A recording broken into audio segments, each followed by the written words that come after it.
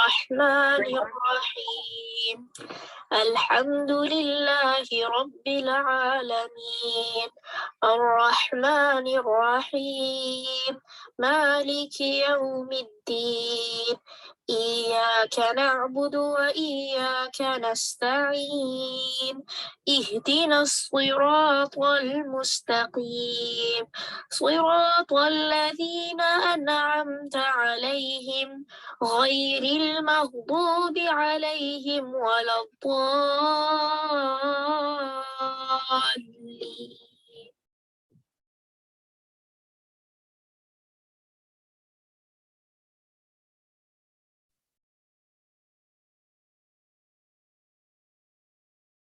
اعوذ باللہ من الشیطان الرجیم بسم اللہ الرحمن الرحیم السلام علیکم ورحمۃ اللہ وبرکاتہ۔ مجھے امید ہے آپ سب خیر وافیت سے ہوں گے۔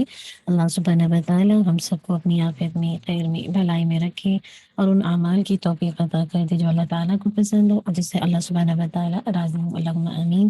نحمدہ و نصلی علی رسولہ الکریم، اما بعد فاعوذ باللہ من الشیطان الرجیم بسم اللہ الرحمن الرحیم۔ رب اشرح لي صدري ويسر لي أمري واحلل عقدة من لساني يفقهوا قولي ربنا زدنا علما اللهم فقهنا في الدين اللهم إنا نسألك علما نافعا وعملا متقبلا ورزقا طيبا اللهم انفعنا بما علمتنا وعلمنا ما ينفعنا وزدنا علما اللهم وفقنا لما تحب وترضى اللہم صلی وسلم علی نبینا محمد وبارک وسلم۔ مجھے امید ہے کہ الحمدللہ آپ سب نے آنے سے پہلے اپنی نیتوں کو ریوائول کیا ہوگا۔ اللہم اجعل عملی کلہ صالحا واجعلہ لوجہک خالصا ولا تجعل لأحد فیہ شیئا اللہم اصلح نیتنا وذریاتنا وزوجنا اللہم آمین۔ انشاءاللہ ہم اپنی بک کی طرف چلیں گے اور ہماری جو بک ہے وہ شہر رمضان۔ آج ہم جس ٹاپک پر بات کریں گے وہ ہے ولیلۃ القدر، رمضان اور شب قدر۔ پیج نمبر آ جائیے 37 ہے۔ لیلۃ القدر انتہائی سعادت کی رات ہے۔ اسی رات قرآن مجید نازل ہوا جو انسانوں کی ہدایت کا ذریعہ ہے۔ لیلۃ القدر خیر من الف شہر، سورہ القدر آیت نمبر 3۔ شب قدر 1000 مہینوں سے زیادہ بہتر ہے۔ یہ رات طلوع فجر تک سراسر سلامتی کی رات ہے۔ اس رات کی فضیلت میں پوری سورۃ القدر نازل ہوئی۔ اس رات کو تلاش کرتے ہوئے آخری عشرے کی راتیں عبادت میں گزاری جاتی ہیں۔ اس رات میں جبریل علیہ السلام اور فرشتے خیر و برکت اور رحمت کے ساتھ اترتے ہیں جو تعداد میں نہایت کثیر ہوتے ہیں۔ اللہ اکبر۔ ابو ہریرہ رضی اللہ عنہ سے روایت ہے کہ رسول اللہ صلی اللہ علیہ وسلم نے فرمایا ان الملائکۃ تلک اللیلۃ فی الارض اکثر من عدد الحصى۔ اللہ اکبر۔ بلا شبہ اس رات کو زمین میں فرشتوں کی تعداد کنکریوں کی تعداد سے بھی زیادہ ہوتی ہے۔ اللہ اکبر۔ اتنے فرشتے ہوتے ہیں۔ اس رات میں ایک اچھا عمل 1000 ماہ کے عمل سے بہتر ہے۔ انس بن مالک رضی اللہ عنہ سے روایت ہے کہ رمضان آیا تو رسول اللہ صلی اللہ علیہ وسلم نے فرمایا یہ مہینہ جو تم پر آیا اس میں ایک ایسی رات ہے جو 1000 مہینوں سے بہتر ہے۔ جو شخص اسے محروم رہا وہ ہر بھلائی سے محروم رہا۔ اس رات کی سعادت سے صرف بد نصیب ہی کو محروم کیا جاتا ہے۔ اللہ نہ کرے ہم میں سے کوئی بھی اس رات کی سعادت سے محروم رہے۔ تو میں اور آپ کیا کریں، لیلۃ القدر کو تلاش کریں۔ آخری 10 راتوں کی راتوں میں نا اللہ کرے مجھے اور آپ کو یہ رات نصیب ہو جائے، اللہم آمین۔ لیلۃ القدر کی تلاش رمضان کے آخری عشرے کی راتوں میں کرنی چاہیے۔ حضرت ابن عمر رضی اللہ عنہ کہتے ہیں کہ رسول اللہ صلی اللہ علیہ وسلم نے فرمایا رمضان کے آخری عشرے میں شب قدر تلاش کرو، پھر اگر تم میں سے کوئی کمزوری دکھائے یا عاجز ہو جائے تو آخری 7 راتوں میں سستی نہ کرے۔ سبحان اللہ۔ یعنی مراد یہ کہ رمضان کے آخری عشرے میں شب قدر تلاش کرو، پھر اگر تم میں سے کوئی کمزوری دکھائے یا عاجز ہو جائے تو آخری 7 راتوں میں سستی نہ کرو۔ ایک روایت میں کیا آتا ہے۔ تو میں اور آپ کیا کریں، انشاءاللہ خوب شب قدر کو تلاش کرنے کے لیے ہمت حوصلہ پیدا کریں۔ پھر دیکھیں شب قدر کی راتوں میں قیام کرنا گناہوں کی بخشش کا باعث ہے۔ ابو ہریرہ رضی اللہ عنہ سے روایت ہے کہ نبی صلی اللہ علیہ وسلم نے فرمایا من قام لیلۃ القدر ایمانا و احتسابا غفر له ما تقدم من ذنبه۔ جو شخص ایمان اور ثواب کی نیت سے شب قدر کا قیام کرتا ہے اس کے پچھلے گناہ معاف کر دیے جاتے ہیں۔ اللہ اکبر، انشاءاللہ اللہ اپنی رحمت سے معاف کر دے گا نا، لیکن شرط ہے ایمان اور ثواب کی نیت سے۔ جتنا آپ ان جسے کہا جائے آڈ نائٹ کے اندر قیام کریں گے اللہ کی رحمت سے پچھلے گناہ معاف کر دیے جائیں گے۔ اب دیکھیے اجتماعی عبادات کی صورت میں کسی بھی قسم کے شور ہنگامے، گپ شپ اور لڑائی جھگڑے سے پرہیز کرنا چاہیے اور پوری توجہ عبادت پر رکھنی چاہیے۔ کیوں؟ کیونکہ عبادہ بن صامت رضی اللہ عنہ سے مروی ہے کہ کیا تھے، نبی صلی اللہ علیہ وسلم ہمیں شب قدر کی خبر دینے کے لیے تشریف لا رہے تھے کہ وہ دو مسلمان آپس میں جھگڑا کرنے لگے۔ اس پر آپ صلی اللہ علیہ وسلم نے فرمایا، میں آیا تھا کہ تمہیں شب قدر بتا دوں، لیکن فلاں اور فلاں نے آپس میں جھگڑا کر لیا، بس اس کے معین وقت کا علم اٹھا لیا گیا اور امید ہے کہ تمہارے حق میں یہی بہتر ہوگا۔ جب آپس میں جھگڑا کرتے ہیں نا تو برکتیں اٹھ جاتی ہیں۔ اللہ تعالیٰ ہمارے گھروں کو امن کا گہوارہ بنا دینا۔ تو میں اور آپ کیا کریں کہ جب ہم اجتماعی کسی مسجد میں جا کے عبادت کر رہے ہیں یا کسی بھی جگہ جہاں پہ لوگ جمع ہو کے عبادت کریں تو پھر وہاں پہ شور ہنگامہ نہ کریں، بہت زیادہ گوسپ لڑائی جھگڑے سے انسان پرہیز کرے اور فوکس ہو عبادت کے لیے نا، اللہ تعالیٰ آسانی کر دے۔ شب قدر کی علامتیں کیا ہیں؟ نبی صلی اللہ علیہ وسلم نے فرمایا، شب قدر کی صبح کو سورج کے بلند ہونے تک اس کی شعاع نہیں ہوتی، وہ ایسے ہوتا ہے جیسے تھالی۔ اللہ اکبر۔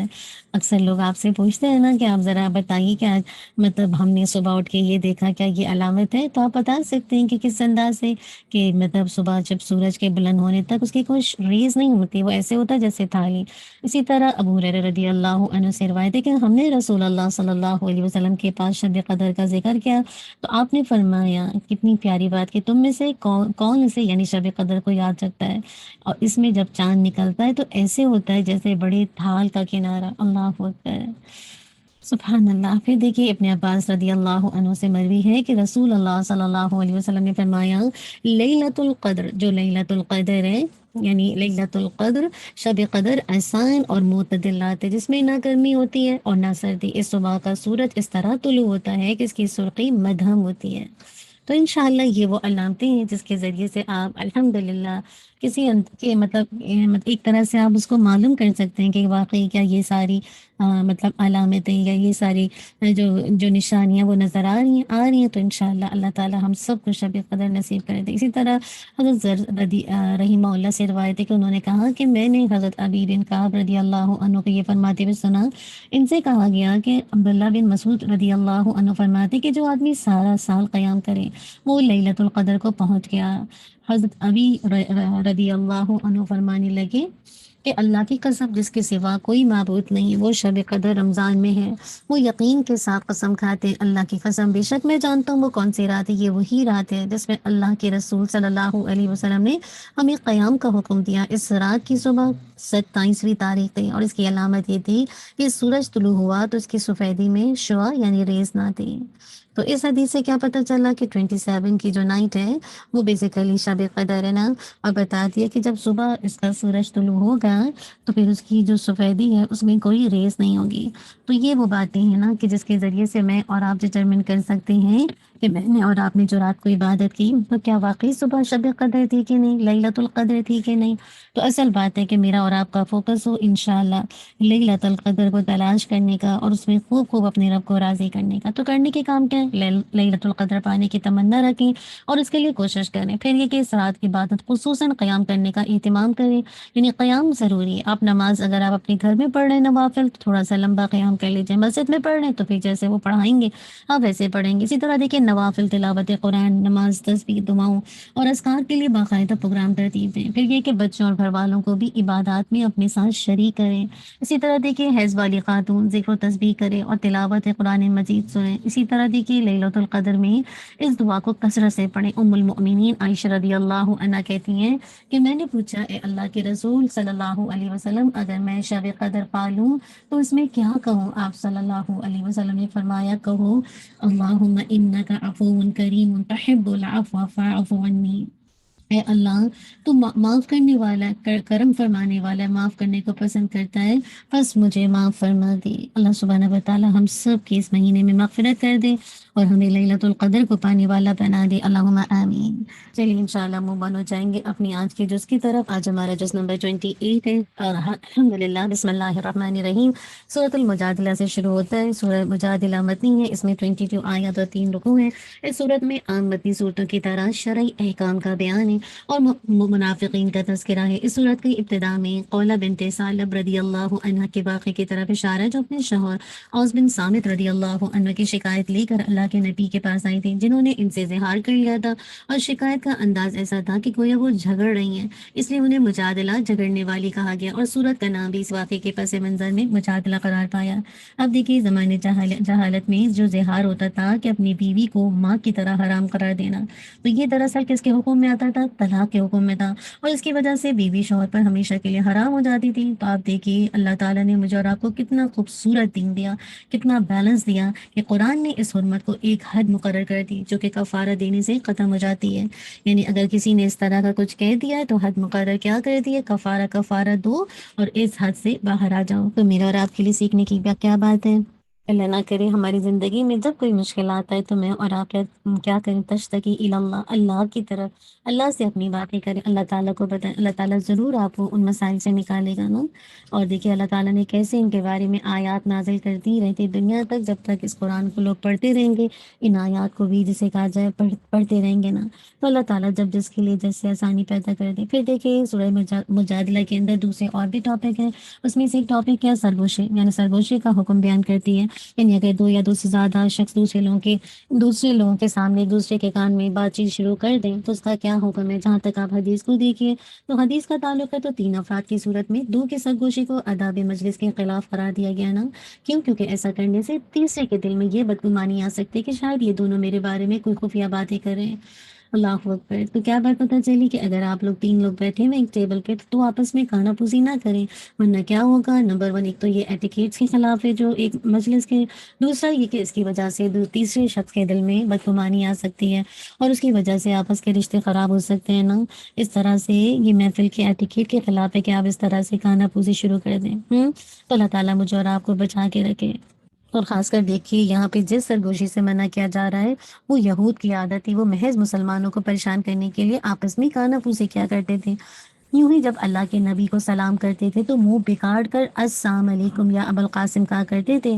ان آیات میں بتا دیا گیا کہ ان قبیح حرکات پر ان کی مذمت کی گئی کہ کیسے اللہ کے نبی کو سام کہتے تھے، نوٹ سلام۔ سام کا مطلب موت ہو تم پر یا ابا قاسم۔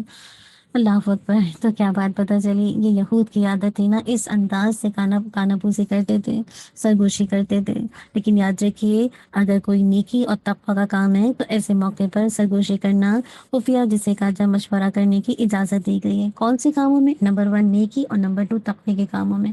اللہ سبحانہ و تعالیٰ مجھے اور آپ کو اس طرح کی سرگوشی سے بچائے کہ جس میں لوگ آپس میں ایک دوسرے کا مذاق اڑاتے ہیں نا، اور پھر ایک دوسرے کو بیسیکلی اس کے پیچھے مقصد کیا ہوتا ہے کہ ایک دوسرے کو لیٹ ڈاؤن کرنا۔ تو اللہ تعالیٰ مجھے اور آپ کو بچائے، اور جب کبھی سرگوشی کرنی پڑے، خفیہ مشورہ کرنا پڑے، تو ایسے موقع پر نیکی اور تقوی کے کاموں میں۔ پھر دیکھیے اجتماعی آداب میں سے مجلس کا ادب یہ بیان کیا کہ جب تمہیں مجلس میں وسعت پیدا کرنے کے لیے کہا جائے تو وسعت پیدا کر دیا کرو، اور اگر تمہیں مجلس سے اٹھ جانے کے لیے کہا جائے تو اٹھ جایا کرو۔ یہ آپ دیکھیے کہ یہ حکم صرف اللہ کے نبی کی مجلس کے ساتھ خاص نہیں ہے، بلکہ ہر مجلس کے لیے جو دین کے کسی بھی جسے کہا جائے فیکلٹی کے سلسلے میں منعقد ہو، یعنی دین کی کسی بھی شعبے کے سلسلے میں کوئی بھی شعبہ پڑھایا جا رہا ہو دین کا، اس کے لیے منعقد کی ہو۔ لیکن یہ کوئی فرض اور واجب نہیں یاد رکھے، بلکہ مستحب ہے۔ جو شخص پہلے سے مسجد یا کسی اور مجلس میں بیٹھا ہو وہ کیا کرے؟ وہ اس جگہ بیٹھنے کا زیادہ حقدار ہوتا ہے۔ البتہ اسے چاہیے کہ اگر ممکن ہو تو بعد میں آنے والے مسلمان بھائی کے لیے وسعت پیدا کر دیں۔ عموماً ہم کہیں اداروں میں جاتے ہیں نا، یعنی کہیں اگر کوئی خلاصہ قرآن ہو رہا ہے، دورہ قرآن ہو رہا ہے نا، اب ایسے موقع پر کیا ہوتا ہے لوگ اپنی اپنی سیٹوں پہ بیٹھے ہوتے ہیں۔ اب اگر آپ تھوڑا سا کھسک جائیں اور دوسرے کو وارم ویلکم کر دیں تو یہ چیز کیا کرتی ہے؟ آپ کی محبت جسے کہا جائے اس کے دل میں ڈالتی ہے نا۔ تو الحمدللہ جب کبھی آپ کے ساتھ اس طرح کا کچھ سچویشن آئے کہ آپ دیکھیں گے لوگ آ رہے ہیں اور جہاں پہ جگہ نہیں، تو آپ ہلکا سا سرک جائیں نا ان کو وارم ویلکم کرنے کے لیے، تاکہ اس کو جگہ مل جائے، اور آپ جب جگہ دیں گے تو انشاءاللہ اس سے کیا ہوگا؟ دلوں میں وسعت آئے گی۔ اللہ تعالیٰ مجھے اور آپ کو ایسا کرنے والا بنا دے۔ پھر دیکھیے اس صورت کے اندر منافقوں کا بھی تذکرہ ہے نا، جو یہود سے دوستی بھی رکھتے تھے اور اپنے مومن ہونے پر قسمیں دکھاتے تھے۔ ان کے بڑے بڑے دعووں کے باوجود اللہ تعالیٰ نے انہیں کیا کہا؟ حزب الشیطان، شیطان کی جماعت ہے۔ کون؟ یہ جو المنافقین ہیں، جو کسی صورت میں اللہ اور اس کے رسول کے دشمنوں کے ساتھ دوستی نہیں رکھتے، وہ ان کے ماں باپ ہوں، بیٹے ہوں، بھائی ہوں، قبیلے ہی کیوں نہ ہوں۔ اب دیکھیے کہ ان سعادت مندوں کے لیے اللہ تعالیٰ نے 4 نعمتوں کا اعلان فرمایا۔ پہلی یہ کہ اللہ نے ان کے دلوں میں ایمان کو جما دیا۔ اللہ تعالیٰ تو ہمارے دلوں میں بھی ایمان کو جما دے۔ اللہم زینا بزینت الایمان وجعلنا ھداۃ مہتدین۔ دوسری یہ کہ ان کی غیبی مدد کی جائے گی۔ تیسری یہ کہ انہیں جنت میں داخل کیا جائے گا۔ چوتھی یہ کہ اللہ ان سے راضی ہو گیا اور وہ بھی اللہ کی نعمتوں اور عطا پر راضی ہو گئے۔ رضیت باللہ ربا وبالاسلام مدینہ وبمحمد صلی اللہ علیہ وسلم نبیہ۔ کثرت سے کہا کیجیے نا، یہ وہ سعادت مند ہے نا، اللہ اکبر، یہ اللہ اور اس کے رسول کے جسے کا جب دشمنوں سے ساتھ دوستی نہیں رکھتے تھے نا، تو دیکھیے اللہ تعالیٰ نے کیا کچھ ان کے لیے دیا ہے نا۔ اللہ تعالیٰ تو ہم سب سے راضی ہو جائے۔ اللہم وفقنا لما تحب وترضى، اللہم آمین۔ اب آگے سورہ حشر شروع ہوتی ہے، جو کہ مدنی ہے۔ اس میں 24 آیات ہے، 3 رکوع ہیں۔ اس صورت کے جو اہم ٹاپک ہے، پہلے شروع میں بتایا گیا کہ کائنات کی ہر چیز اللہ تعالیٰ کی تسبیح و تقدیس یعنی حمد و ثنا بیان کرتی ہے اور اس کی وحدانیت اور قدرت و جلال کی گواہی دیتی ہے۔ اللہ اکبر، مسلسل کائنات کی بات ہو رہی نا، کیسے ہر چیز تسبیح و تقدیس اور حمد و ثنا بیان کرتی ہے۔ اور یہ حمد و ثنا کس چیز کی دلالت کرتی ہے؟ کہ یہ اللہ ایک ہے، اللہ کی وحدانیت، اس کی قدرت، اس کی جلال۔ اللہ تعالیٰ سے دعا کریں کہ رمضان کی گھڑیوں میں میں اور آپ بھی خوب خوب اللہ کے حضور تسبیح کرنے والے بن جائیں۔ چلیں ہم پھر تسبیح کرتے ہیں۔ لا الہ الا اللہ وحدہ لا شریک لہ لہ الملک ولہ الحمد وہو علی کل شیء قدیر۔ اللہ اکبر کبیرا والحمد للہ کثیرا وسبحان اللہ بکرۃ وعصیلا۔ آگے دیکھیے پھر یہ صورت قدرت الہی کے بعض آثار اور زندہ دلائل کا تذکرہ بھی کرتی ہے، جن میں سے ایک یہ بھی ہے کہ یہود جو کہ عرصہ دراز سے یثرب میں قیام پذیر تھے، انہوں نے اپنی حفاظت کے لیے بڑے مضبوط قلعے تعمیر کر رکھے تھے اور معاشی وسائل پوری طرح ان کے قبضے میں تھا۔ یثرب والوں کو انہوں نے سودی قرضوں کی، جسے کہا جائے سودی قرضے کے اندر جکڑ رکھا تھا، اور ان کا خیال تھا کہ کوئی بھی ہمیں یہاں سے نہیں نکال سکتا، لیکن ان کی اپنی کرتوتوں کی وجہ سے ان پر اللہ کا عذاب آ کر رہا اور انہیں دوبارہ حشر کا سامنا کرنا پڑا۔ حشر جمع اور اخراج کے معنی مراد ہے کہ پہلا حشر انہیں مدینہ سے شام کی طرف دھکیل دیا گیا، اور جو حشر ثانی ہے عمر رضی اللہ عنہ نے انہیں خیبر سے شام کی طرف چلے جانے پر مجبور کر دیا۔ اللہ اکبر۔ اب دیکھیے کہ یہود کا جو مدینہ اور خیبر سے نکل جانا ایک ایسا واقعہ تھا کہ یہود کا تو کیا، خود مسلمانوں کے لیے قطعی طور پر غیر متوقع تھا، یعنی پاسبل نہیں تھا، کیونکہ ان کی معاشی خوشحالی، دفاعی انتظامات، جو سیکیورٹی کے انتظامات ہوتے ہیں، اور مضبوط جماعتی نظم کی وجہ سے، یعنی آپس میں ان کے یہاں بہت زیادہ جسے کہا جائے ایک کہتے ہیں نا منظم ہے، ان کی وجہ سے کوئی سوچ بھی نہیں سکتا تھا کہ انہیں اس طرح سے ذلت و خواری کے ساتھ مدینہ اور خیبر سے نکلنا پڑے گا۔ لیکن دیکھیے اللہ نے جب انہیں ان کی عہد شکنی، ان کی تکذیب، ان کے انکار، ان کے تکبر اور سرکشی کی وجہ سے نکالنے کا فیصلہ کر دیا، تو دیکھیے کوئی بھی ظاہری اسباب ان کے کسی کام نہ آئے اور اللہ کا فیصلہ واقع ہو کر رہا۔ تو کیا بات پتہ چلے کہ جو مادی اسباب ہے انسان کے لیے یہ چیز نہیں متعین کرتے کہ یہ چیز آپ کو کامیابی دیں گے، جب تک اللہ کا اذن نہیں نہ ہونا۔ تو وما تشاءون الا ان یشاء اللہ، میرے اور آپ کے جانے سے کچھ نہیں ہوتا۔ تمام تر مادی وسائل کے باوجود بھی قومیں کیوں ہارتی ہیں؟ اللہ کا فیصلہ نہیں ہوتا نا۔ تو جب تک اللہ کا فیصلہ الحمدللہ اس اسباب جس کو آپ استعمال کر رہی ہیں اس کے مواقع نہیں ہوتا، اس کے جسے کہا جائے اس کے ساتھ ساتھ نہیں ہوتا، تو بات یہ ہے کہ وہ کام ہوتا نہیں ہے نا۔ تو کوئی بھی کام جب آپ اپنی زندگی میں کریں، اسباب اختیار کریں، لیکن آپ کا توکل اللہ پر ہو کہ جب تک اللہ اس فیصلے کے لیے اس فیصلے کے لیے کن فیکون نہیں کہے گا، یہ کام نہیں ہو سکتا۔ پھر دیکھیے جب یہود کے قبیلہ بنو نذیر کو مدینہ منورہ سے نکال دیا گیا، تو بہت سارا مال غنیمت مسلمانوں کے قبضے میں آ گیا۔ جو مال غنیمت قتل و قتال کے بغیر ہاتھ آ جائے، یاد رکھیے اسے اصطلاح میں مال فی کہا جاتا ہے۔ اس مال فی کے بارے میں حکم دیا گیا کہ اس میں مجاہدین میں سے کسی کا حق نہیں، بلکہ اس کی تقسیم کا اختیار کس کو ہے؟ اللہ کے نبی کو ہے۔ وہ اسے فقراء، ضعفاء، مساکین، حاجت مندوں اور قرابت داروں میں تقسیم کریں گے۔ یہاں آپ دیکھیے کیا بات پتہ چلتی ہے، یہاں پہ اگرچہ مسئلہ تو مال فی کی تقسیم کا ہے، لیکن اگر آپ ضمنی طور پر دیکھیں تو ایک اہم بات سمجھ آتی، وہ یہ کہ اسلام یہ نہیں چاہتا کہ دولت چند اغنیاء کے ہاتھوں میں گردش کرتی رہے، بلکہ اسلام اس کا ایک طریقے سے پھیلاؤ چاہتا ہے کہ سوسائٹی کا کوئی فرد، کوئی طبقہ، کوئی جسے کہا جائے کہ کسی بھی علاقے علاقے سے کوئی بھی تعلق کرتا ہے وہ جسے کہا جائے محروم نہ رہے۔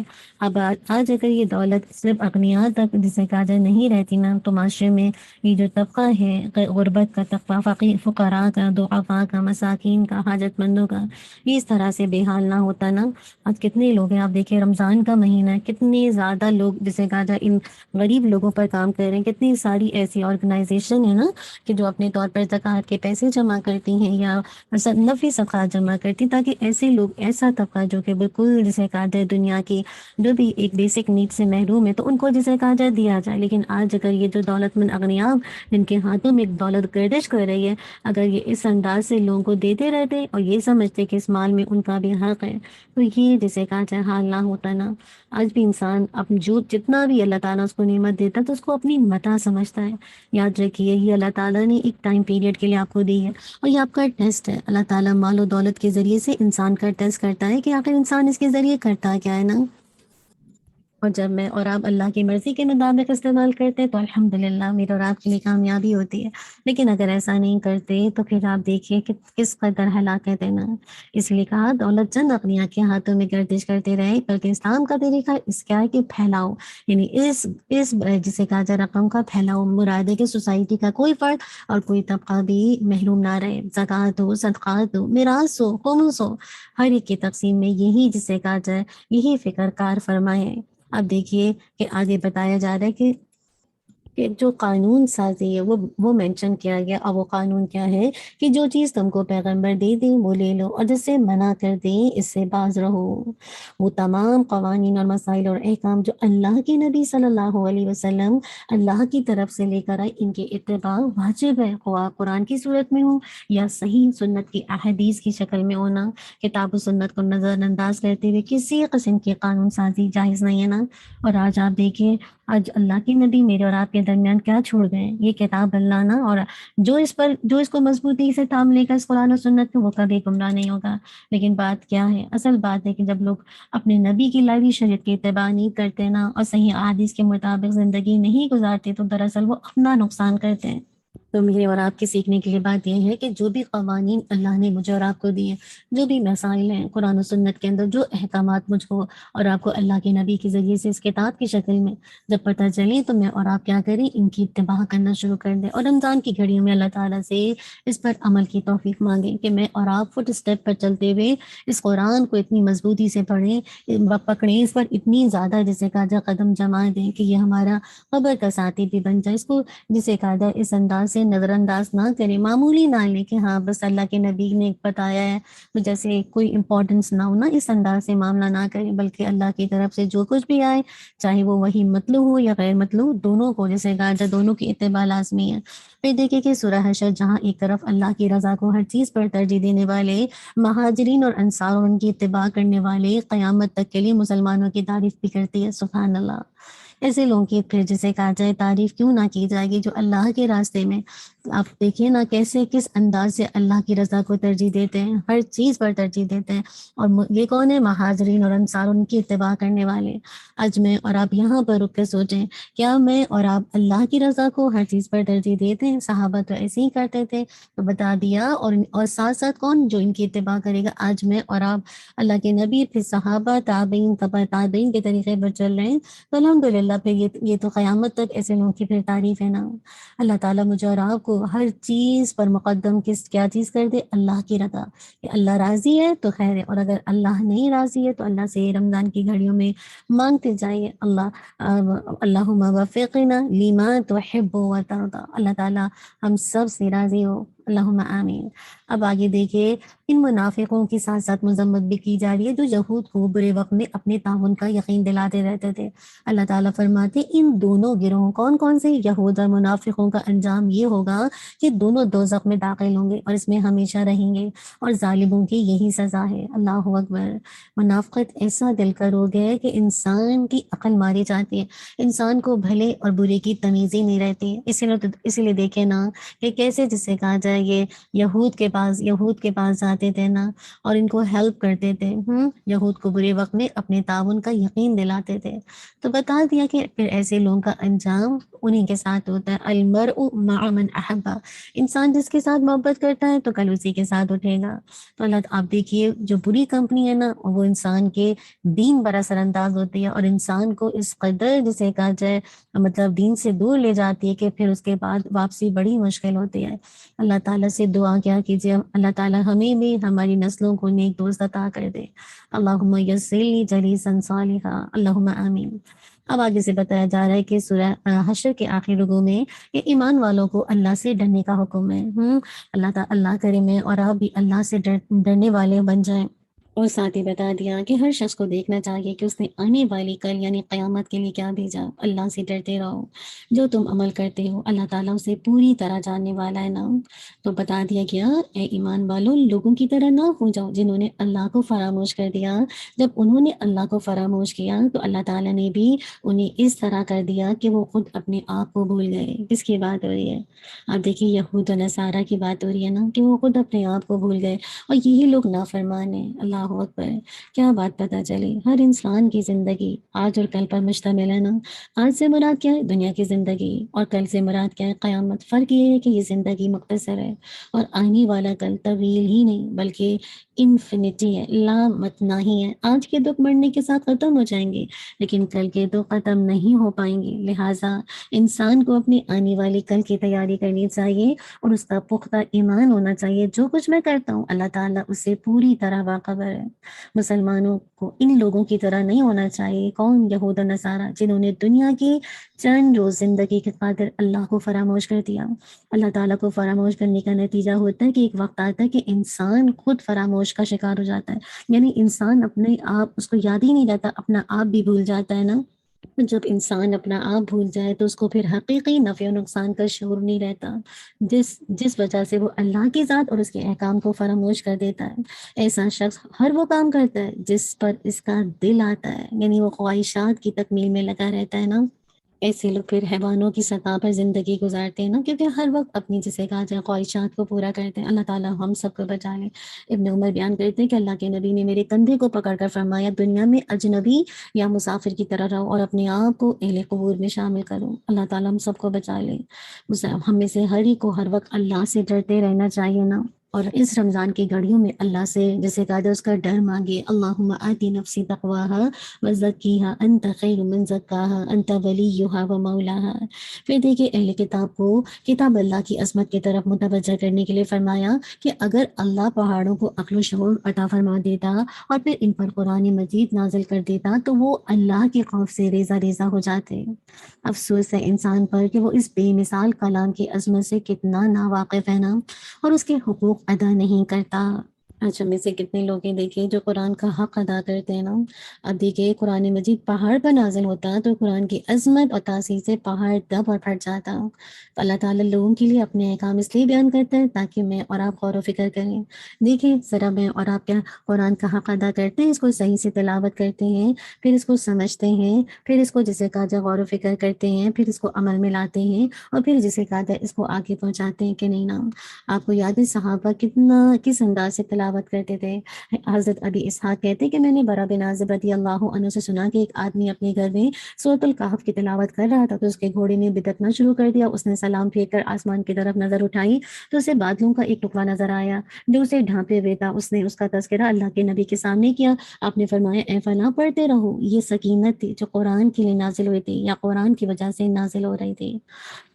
آج کیوں نہیں ایسی سکینت آتی کہ آج ہمارا قرآن سے جسے کہا جب وہ تعلق ہے نا وہ ختم ہو گیا، کیونکہ میں اور آپ اللہ کی اس کلام کی عظمت سے ناواقف ہے نا، ہم اس کی تاثیر سے ناواقف ہیں۔ اسی وجہ سے دیکھیے کتنے ڈپریشن، کتنی انزائٹی، کس قدر نا امیدی لوگوں کی زندگی میں آ گئی ہے نا، کیونکہ کتاب سے تعلق جسے کہا جائے کٹ آف ہو گیا ہے۔ اب دیکھیے اللہ کے نبی نے فرمایا تھا صلی اللہ علیہ وسلم، اس کتاب کے ذریعے اللہ بہت سی قوموں کو جو اس پر عمل کریں گی عروج پر پہنچائے گا، اور بہت سی قوموں کو جو اس کو چھوڑ دیں گی انہیں ذلیل کر دے گا۔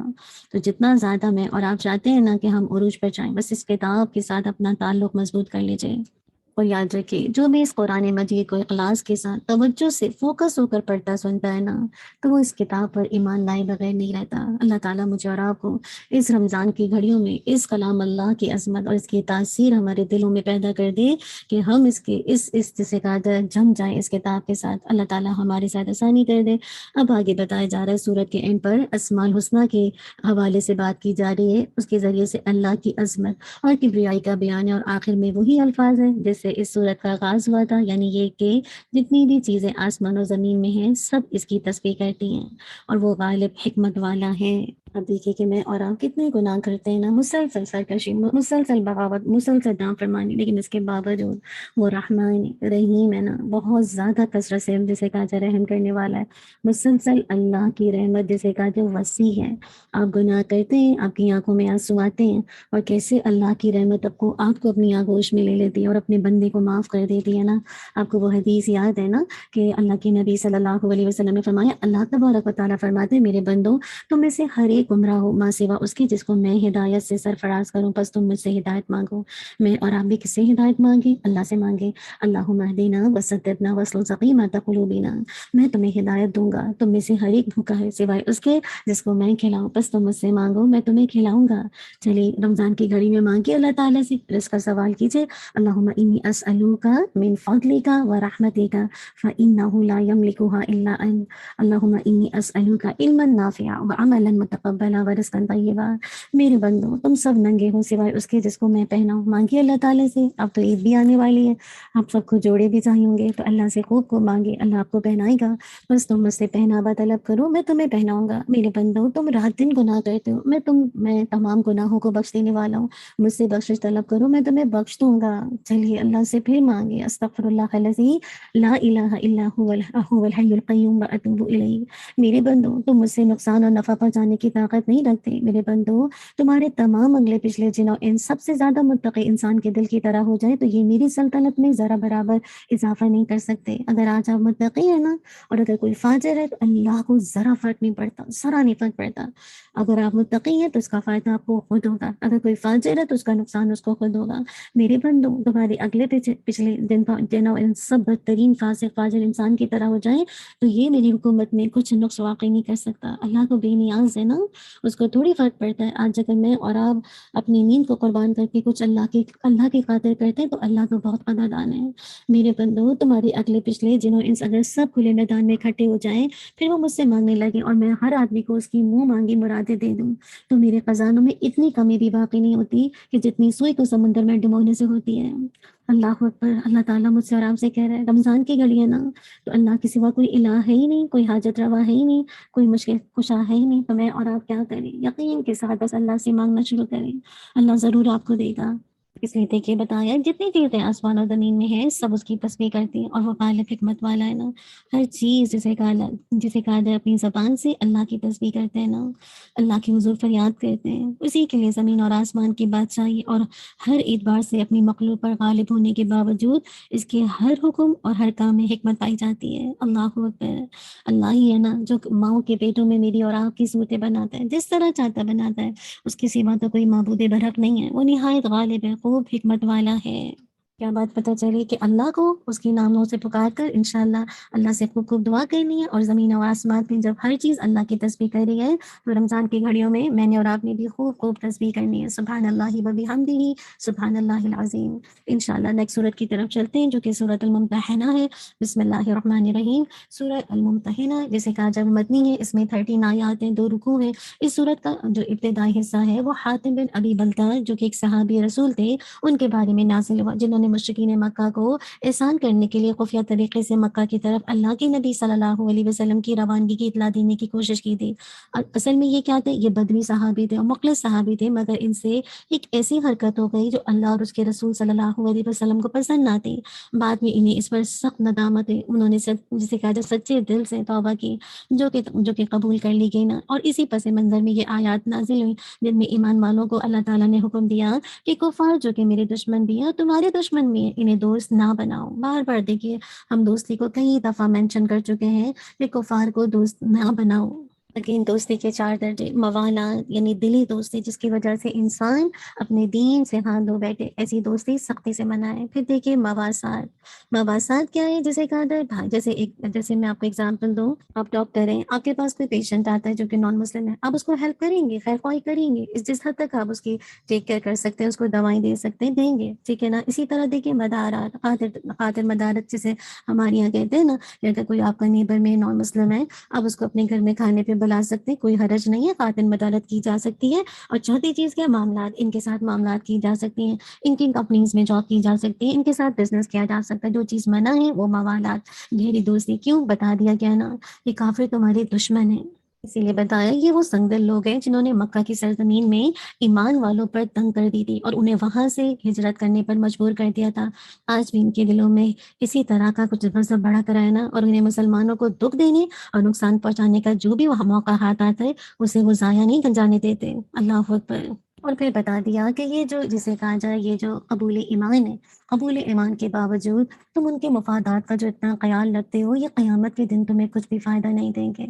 اللہ اکبر۔ یہ جو رشتے ناتے ہیں نا جنہیں تم بڑی چیز سمجھتے ہو، جس کی وجہ سے جو ان کی گھر والے جو مکہ میں رہ گئے تھے اور یہاں سے مکہ کی طرف مسلمان حملے کے لیے جا رہے تھے، تو ان کو فکر ہو کہ ان کے گھر والوں کا کیا ہوگا نا، تو بتا دیا یہ رشتے ناتے جنہیں تم بڑی امپورٹنٹ سمجھتے ہو اور قبول ایمان کے باوجود، ایمان لانے کے باوجود تم ان کے مفادات کا خیال کرتے ہو، تو یہ قیامت کے دن تمہیں کچھ بھی فائدہ نہیں دیں گے۔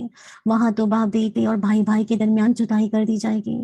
یوم یفر المرء من اخیہ و امہ و ابی و صاحبتہ و بنیہ لکل امرئ منہم یومئذ شأن یغنیہ۔ کوئی کسی کے کام نہیں آئے گا، ہر ایک کی جدائی ہو جائے گی۔ جب ان رشتوں کا یہ حال ہے تو ان کی خاطر اللہ اور رسول کے ساتھ خیانت کرنا کس قدر بڑا جرم ہے نا۔ اللہ تعالیٰ مجھے اور آپ کو بچا لے۔ آج بھی کتنے لوگ ہیں نا جو اسلام مسلمان ہونے کے باوجود کس طرح دین کے ساتھ خیانت کرتے ہیں، ایسی ایسی باتیں لوگوں کو بتاتے ہیں کہ جو واقعی دین کا حصہ نہیں ہوتی۔ یہ کیا ہے؟ اللہ اور اس کے رسول کے ساتھ خیانت کرنا نا، کہ وہ دین جو اللہ کے نبی نے پیش نہیں کیا، اور آپ اپنی اتنی چاپلوسی قسم کی باتوں سے لوگوں کو اس طرح سے گھیر لیں اور اس طرح سے عوام بھی گمراہ ہو اور خود بھی گمراہ رہے۔ اللہ تعالیٰ ہم سب کو بچا لے۔ یہ کہیں کی دانش مندی نہیں ہے۔ اسی لیے آگے جسے کہا جائے کیسے ابراہیم علیہ السلام کا قصہ بیان کیا، جنہوں نے اللہ کے لیے اپنی مشرک قوم سے برات کا اعلان کر دیا تھا، اور ان کے نام لیواؤں پر بھی لازم ہے کیونکہ وہ کسی سے محبت کریں تو صرف اللہ کے لیے، اور دوری اختیار کریں تو صرف اللہ کے لیے۔ یہاں پہ رک کے سوچیں، کیا قل ان صلاتی و نسکی و محیای و مماتی للہ رب العالمین ہے؟ اللہ کی خاطر ہے تو بہت اچھی بات ہے، نہیں ہے تو بس وہی بات ہے، بڑا خسارہ ہے۔ تو میں اور آپ جب ابراہیم علیہ السلام کی جسے کہا جائے ان کے نام لیوا جسے کہا جائے، مراد ہے کہ ہم کہتے ہیں کہ ہم ان کو مانتے ہیں ایز انبیاء نا، ہم ان کی نام لیوائیں تو ہم پر لازم ہے کہ میں اور آپ صرف اللہ کی خاطر ایک دوسرے سے محبت کریں۔ اللہم انی اسألک حبک حب من یحبک حب عمل یقربنی الی حبک۔ پھر آگے دیکھیے جب اللہ تعالیٰ نے مسلمانوں کو کفار سے جسے کہا جائے کاٹنے کا حکم دیا، یعنی مقاطعہ کا حکم دیا، تو انہوں نے کیا کیا؟ اس کی تعمیر میں دینا کی۔ اب ہوا یہ کہ باپ نے بیٹی سے اور بھائی نے بھائی سے تعلق ختم کر دیا، اور اس طرح کیا ہوا کہ ان کے جو ایمانی دعوے تھے اس کی سچائی بالکل واضح ہو کر سامنے آ گئی۔ لیکن خونی رشتے اور وطن ایسی چیز ہوتی ہے نا کہ ان کی طرف میلان اور ان کی محبت اللہ تعالیٰ نے انسان کی فطرت میں رکھی ہے۔ اسی لیے قرآن مجید ان فطری جذبات کا لحاظ رکھتے ہوئے مسلمانوں کو ایک بشارت سناتا ہے اور ایک معاملے کی اجازت دیتا ہے، اور وہ بشارت کیا ہے؟ کیا عجب کہ عنقریبی اللہ تعالیٰ تم میں اور تمہارے دشمنوں میں محبت پیدا کر دے۔ اللہ قدرت والا اور اللہ بڑا غفور و رحیم ہے، یعنی ہو سکتا ہے کہ تمہارے رشتہ داروں کو بھی ایمان قبول کرنے کی توفیق دے دی جائے، تو پھر کیا ہوگا؟ آج کے دشمن کل کے دوست بن جائیں گے۔ اور ایسے ہی ہوا، ابھی شمار مشرکوں کو اسلام کی حقانیت کے سامنے گردن جھکانے کی توفیق مل گئی۔ کتنی آپ دیکھیے کیسے کیسے جب اسلام کا بول بالا ہو رہا تھا تو کتنے جسے کہا جائے گھر ٹوٹ رہے تھے، کہیں ماں مسلمان تو کہیں بیٹا مسلمان، کہیں باپ مسلمان تو کہیں بہن مسلمان۔ اور پھر اس کے بعد کیا ہوا؟ آہستہ آہستہ جس کو اللہ تعالیٰ نے چاہا ایمان قبول کرنے کی توفیق دی، اور کیسے کل کے دشمن تھے، ہم جنگ میں ایک دوسرے کی گردنیں کاٹ رہے تھے لیکن کیسے دوست بن گئے نا۔ اسی لیے آگے بتا دیا کہ اجازت دی گئی جس چیز کی، وہ یہ تھا کہ جن لوگوں نے نہ تو قبول ایمان کی وجہ سے تمہارے ساتھ قتال کیا اور نہ ہی تمہیں گھروں سے نکالا، تو تم ان سے کیا کرو؟ حسن سلوک کر سکتے ہو۔ اصل میں اسلام محبت اور سلامتی کا دین ہے، وہ محض دھوس جمانے اور کسی اعلیٰ مقصد کے بغیر ملک اور زمین ہتھیانے کے لیے جنگ کی اجازت کبھی نہیں دیتا۔ وہ ان غیر مسلموں کے ساتھ بھی حسن سلوک اور تعاون کی تلقین کرتا ہے جو جنگ کو ناپسند کرتے ہیں اور امن کے ساتھ زندگی گزارنا چاہتے ہیں۔ آج مسلمانوں کو ٹیررسٹ کہا جاتا جاتا ہے نا، مسلمانوں کو ٹیررزم کا نام دے دیا جاتا ہے۔ آپ دیکھیے اسلام، دین اسلام کس چیز کا نام ہے؟ پیس، اللہ اکبر۔ آپ دیکھیے غیر مسلموں کے ساتھ بھی حسن سلوک اور تعاون کی تلقین کرتا ہے، جو جنگ کو ناپسند کرتے ہیں اور ہم ان کے ساتھ زندگی گزارنا چاہتے ہیں تو ان کو تنگ نہ کیا جائے۔ اللہ تعالیٰ مجھے اور آپ کو جو صحیح دین ہے اس کو اللہ تعالیٰ میں اور آپ ریپرزینٹ کرنے والوں، تاکہ لوگ اس دین سے محبت کریں۔ اکثر لوگ جو دین سیکھتے ہیں وہ لوگوں سے سیکھتے ہیں، اور جو کتابوں میں دین ہے، جو اللہ نے اپنی کتاب میں، اللہ کے نبی نے اپنی احادیث کے ذریعے سے بتا دیا، وہ لوگوں کو پتہ ہی نہیں ہے۔ اللہ تعالیٰ واقعی ہم ایسے ریپرزنٹیٹر ہو جائیں کہ جس کے ذریعے سے لوگ واقعی دین کی اور اس دین اسلام کی خوبصورتی کو محسوس کر کے اس کی طرف آئیں۔ پھر دیکھیں کہ اس سورہ الممتحنہ کے اندر خواتین کے بارے میں بھی رہنمائی کی گئی ہے، جو ایمان قبول کرنے کے بعد ہجرت کر کے مدینہ منورہ آ گئی تھیں۔ ان کے بارے میں حکم دیا گیا کہ ان کا امتحان لے لو اور انہیں اچھی طرح جانچ لو کہ آیا واقعی انہوں نے ایمان کی خاطر ہجرت کی ہے۔ اگر تمہیں ان کے ایمان پر اطمینان ہو جائے تو پھر انہیں کفار کی طرف واپس نہ کرو۔ اللہ اکبر۔ اور امتحان کا جو ذکر آیا نا، اسی وجہ سے سورت کو سورہ الممتحنہ کہا جاتا ہے۔ اور مفسرین کہتے ہیں یہ حکم اس وقت نازل ہوا جب اللہ کے نبی کے سخت ترین دشمن عقبہ بن ابی معیط کی بیٹی ام کلثوم رضی اللہ عنہا ہجرت فرما کر مدینہ منورہ آ گئی، اور ان کا والد معاہدہ حدیبیہ کے پیش نظر انہیں واپس لانے کے لیے مدینہ پہنچا۔ تو کیا ہوا؟ اللہ کے نبی نے اسے یہ کہہ کر خالی ہاتھ واپس لوٹا دیا کہ ہمارا کانٹریکٹ صرف ایمان لانے والے مردوں کے بارے میں تھا، خواتین کے بارے میں نہیں تھا۔ اللہ اکبر۔ اور اس سورت کی آخری آیت میں دوبارہ تاکید کی گئی، اے مسلمانوں تم اس قوم سے دوستی نہ رکھو جن پر اللہ کا غضب نازل ہو چکا ہے، جو آخر سے اس طرح مایوس ہیں جیسے قبر والوں سے کافر مایوس ہیں۔ اور آخر سے مایوس ہونے کا مطلب یہ ہے کہ قیامت کے برپا ہونے سے انکار ہے، اور دوسرا معنی یہ کہ قبروں میں جو مدفون کافر ہے نا، وہ ہر قسم کے خیر سے مایوس ہو گئے۔ کیوں؟ کیونکہ مر کے انہوں نے اپنے کفر کا انجام دیکھ لیا، اب وہ خیر کی کیا توقع کر سکتے ہیں نا۔ اللہ تعالیٰ مجھے اور آپ کو عمل کی توفیق دے دے، اللہم آمین۔ اب باقی سورہ الصف شروع ہوتی ہے جو کہ مدنی ہے، اس میں 14 آیات ہے، 2 رکوع ہے۔ اس سورت کا جو ٹاپک ہے جہاد و قتال ہے۔ اللہ کی تسبیح و تقدیس کرنے کے بعد مسلمانوں کو سختی سے تنبیہ کی گئی کہ وہ اپنے عہد کی پابندی کیا کریں، اور جو کچھ زبان سے کہیں اسے کر کے بھی دکھائیں۔ یا ایھا الذین آمنوا لما تقولون ما لا تفعلون۔ اور اس میں ایسے لوگ شامل ہیں جو ایسے کاموں کا دعویٰ کرتے ہیں جو انہوں نے نہ کیے ہیں نہ کرتے ہیں۔ مثلاً یہ کہ ہم نے جہاد کیا، ہم نے دشمن کا منہ جسے کانچا موڑ دیا، ہم نے یہ کیا وہ کیا، حالانکہ انہوں نے ایسا کچھ بھی نہیں کیا ہوتا۔ ان کی خواہش ان کارناموں پر اپنی تعریف کی ہوتی جو انہوں نے نہیں کیے۔ اللہ تعالیٰ مجھے اور آپ کو بچا کے رکھے کہ وہ بات میں اور آپ کہیں جو کریں ہی نہ، اس میں وہ لوگ بھی شامل ہیں جو کسی سے کوئی بھی ایسا کانٹریکٹ کرتے ہیں جسے پورا کرنے کا ارادہ نہیں رکھتے۔ آپ کو یاد ہے عبداللہ بن عامر رضی اللہ عنہ کہتے ہیں ایک دن میری امی نے مجھے بلایا جبکہ اللہ کے نبی ہمارے گھر تشریف رکھتے تھے، کہنے لگی آؤ میں تمہیں کچھ دوں۔ اللہ کے نبی صلی اللہ علیہ وسلم نے اسے فرمایا تم نے اسے کیا دینے کا ارادہ کیا؟ اس نے کہا میں اسے کھجور دوں گی۔ آپ صلی اللہ علیہ وسلم نے فرمایا کیا یاد رکھو اگر تم اسے کچھ نہ دیتی تو تم پر بھی ایک جھوٹ لکھا جاتا۔ کتنا کچھ ہوتا ہے، زبان سے کہتے کچھ ہیں کرتے کچھ ہیں، تو بہت ضروری ہے کہ اپنی زبان پر نگاہ لگانے کی، نظر رکھنے کی۔ اللہ تعالیٰ ہماری زبانوں کو جھوٹ سے بچا لے، غلط باتوں سے بچا لے، وعدہ خلافی سے بچا لے، اللہم آمین۔ پھر دیکھیے پھر یہ صورت مسلمانوں کو جہاد کی ترغیب دیتے ہوئے امت اسلامیہ کی وحدت کے تحفظ اور دشمنوں کے مقابلے میں سیسا پلائی ہوئی دیوار کی طرح مضبوط اور متحد ہو کر کھڑے ہونے کی تلقین کرتی ہے۔ جب تک میں اور آپ سیسا پلائی ہوئی دیوار کی طرح اسٹرانگ نہیں ہوں گے، ایک دوسرے کے ساتھ متحد ہو کر کھڑے نہیں ہوں گے، تو بات یہ کہ کیسے میں اور آپ ایک وحدت کے رنگ میں پروس سکتے ہیں نا، پھر کیسے تحفظ ہوگا دشمن سے۔ اس کے بعد دیکھیے بنی اسرائیل کا تذکرہ ہے جنہوں نے موسیٰ علیہ السلام کی اس وقت مخالفت کی جب آپ نے انہیں قوم عمالقہ کے ساتھ جہاد کا حکم دیا۔ عیسیٰ علیہ السلام نے انہیں اپنے بعد آنے والے نبی کی بشارت سنائی تھی اور اس کی اتباع کا حکم دیا تھا۔ بنی اسرائیل نے اس حکم کو کیا کیا؟ پس پش ڈال دیا۔ اللہ نہ کرے ہم میں سے کوئی اللہ قرآن کے احکامات کو پس پش ڈال کر اپنی خواہشات کی زندگی گزارے، تو پھر تو انجام بہت ہی برا ہے نا۔ یہ صورت یہ بشارت بھی سناتی ہے کہ دین اسلام سارے ادیان پر غالب آتا رہے گا۔ حجت اور دلیل کے میدان میں تو اسے اول روز ہی سے غلبہ حاصل ہے، مادی سیاسی ظاہری اعتبار سے بھی وہ دن دور نہیں، جب اسلام انشاءاللہ پوری دنیا پر غالب ضرور آئے گا۔ اور پھر آگے بتا دیا کیا مسلمانوں کو ایسی تجارت کی دعوت دیتی ہے جس میں خسارے کا کوئی امکان ہی نہیں۔ کیوں؟ کیونکہ اس تجارت کا جو دوسرا فریق ہے وہ خود اللہ کی ذات ہے۔ جس کے ساتھ معاملہ کرنے والا کبھی بھی نقصان میں نہیں رہتا، وہ تجارت جو اللہ اور رسول پر ایمان اور اللہ کی رضا کے لیے مال و جان کے ساتھ جہاد، اور اس کا جو متوقع نفع ہے گناہوں کی مغفرت، جنت میں داخلہ، اللہ کی مدد اور دنیائی کفر پر غلبہ۔ کاش آپ دیکھیں مادی تجارت اور دنیاوی نفع نقصان میں ڈوبے ہوئے مسلمان یہ تجارت بھی کر کے دیکھ لیں، تاکہ ان کی ذلت عزت میں، ان کی مغلوبیت غلبے میں تبدیل ہو جائے۔ آج جب میں اور آپ اللہ اور اس کے رسول پر ایمان لا کر اس کی رضا کے لیے اپنی جان اور مال کے ساتھ جہاد نہیں کریں گے تو کیسے گناہوں کی مغفرت ہوگی، کیسے جنت میں داخلہ ہوگا، کیسے اللہ کی مدد آئے گی، کیسے غلبہ نصیب ہوگا؟ ہو ہی نہیں سکتا نا۔ تو جب تک میں اور آپ یہ سارے کام نہیں کریں گے، اسی لیے دیکھیے سورت کے اینڈ پر اہل ایمان سے کہا گیا کہ تم اللہ کی دین کی دعوت اور مدد کے لیے ایسے کھڑے ہو جائے جیسے حواری اپنے نبی عیسیٰ علیہ السلام کے ساتھ اٹھ کھڑے ہوئے تھے۔ آپ دیکھ رہے ہیں کہ سورت کے ابتدا میں بھی خالی قولی باتیں کرنے اور کھوکھلے نعرے لگانے سے منع کیا گیا تھا نا، لما تقولون ما لا یفعلون، اور اینڈ میں بھی دیکھیے دین الہی کی نصرت کے لیے کیا کہا جا رہا ہے، کمر بستہ ہونی، تیار ہو جاؤ اور کچھ کر کے دکھانے کا حکم دیا گیا ہے۔ اللہ اکبر، کیسی مناسبت پائی جاتی ہے اس کی ابتدا میں اور سورت کے انتہا میں۔ اللہ تعالیٰ عمل کی توفیق دیتے۔ سورہ الجمعہ مدنی سورت ہے، 11 آیات ہیں، 2 رکوع ہیں، اور اس سورت کا جو محور ہے جس پر پوری سورت گھومتی ہے، اس میں دیکھیے بار بار امانت کو بیان کیا ہے نا، جسے پہلے بنی اسرائیل کے کندھوں پر رکھا گیا تھا لیکن وہ اس کا حق ادا نہ کر سکے، اور ان کی مثال اس گدھے کی سی ہو گئی جس پر بڑی متبرک اور علمی کتابوں کا بوجھ جسے کہا جائے بوجھ لا دیا گیا ہو، اس بوجھ سے اس کی کمر جھکی جا رہی ہو، لیکن ان کتابوں میں سے جو علوم اور معارف اور جواہر و اسرار ہیں ان سے وہ قطعی بے خبر ہوں، اور نہ ہی ان سے اسے فائدہ حاصل ہو رہا ہو۔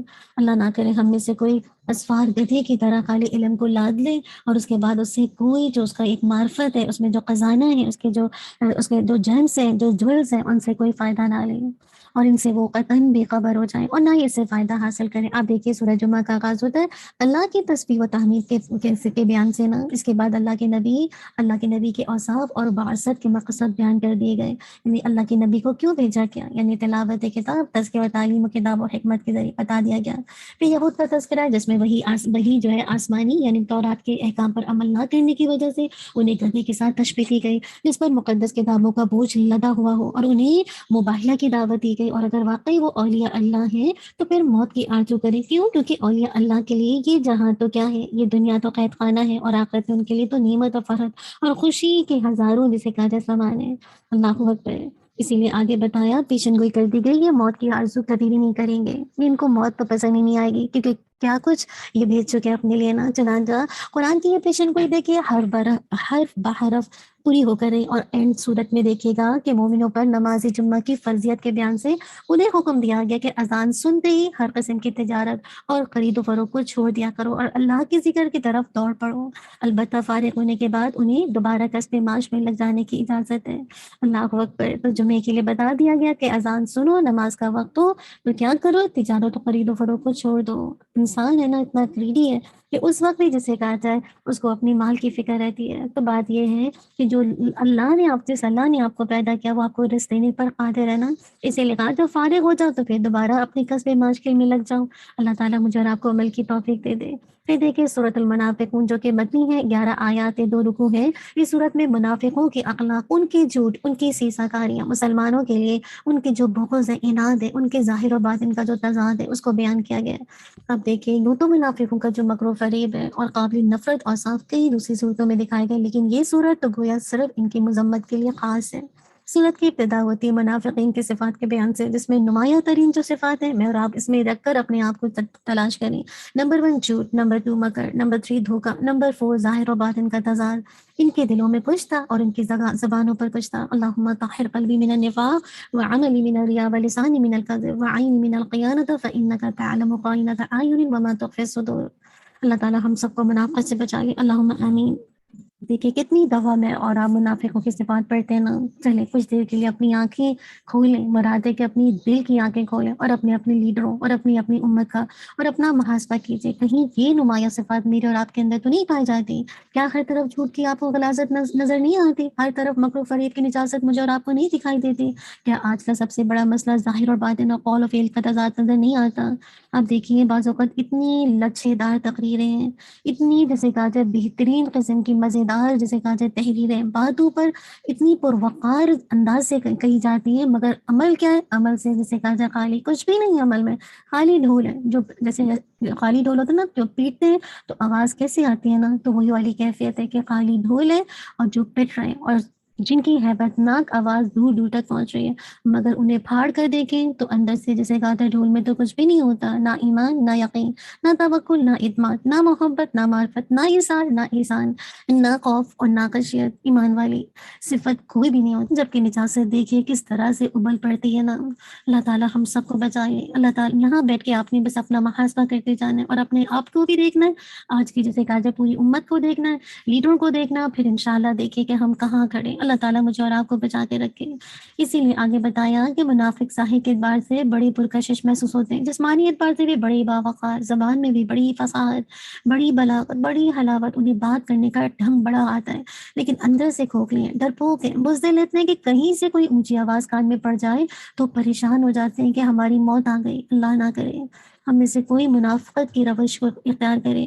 سامنے آتے ہیں اللہ کے نبی کے اور مسلمانوں کی تعریف کرتے نہیں تھکتے، لیکن پیٹھ پیچھے ایسی بدبودار باتیں کرتے ہیں کہ اللہ کی پناہ۔ اسی لیے سورت کے اینڈ پر مسلمانوں کو سمجھایا گیا کہ کہیں وہ بھی منافقوں کی طرح مال اور اولاد میں مشغول ہو کر اللہ کے ذکر و اطاعت سے غافل نہ ہو جائے، اور انہیں ترغیب دی گئی کہ وہ موت کے آنے سے پہلے خرچ کر لیں، ورنہ موت آ جانے کے بعد سوائے حسرت کے کچھ باقی نہیں رہے گا۔ افسوس ہے نا کہ مسلمانوں نے اس نصیحت کو پسے پوش ڈال دیا، اور وہ اپنے آپ کو یہ کہہ کر تسلی دے لیتے ہیں کہ یہ ہمارا تذکرہ اور ہماری مذمت نہیں ہے، بلکہ یہ تو 1400 سال پہلے عبداللہ بن ابی جیسے کچھ لوگ گزرے ہیں نا، ان کا تذکرہ ہے، ان کی مذمت ہے۔ گویا قرآن کی بعض صورتیں اور بعض آیات ایسی ہیں جن کا تعلق آج کے زمانے سے بالکل نہیں ہے۔ ایسا تو نہیں ہو سکتا، یہ قرآن ہر دور کے لیے اور ہر ایک کا اس میں جیسے کا جا ذکر ہے۔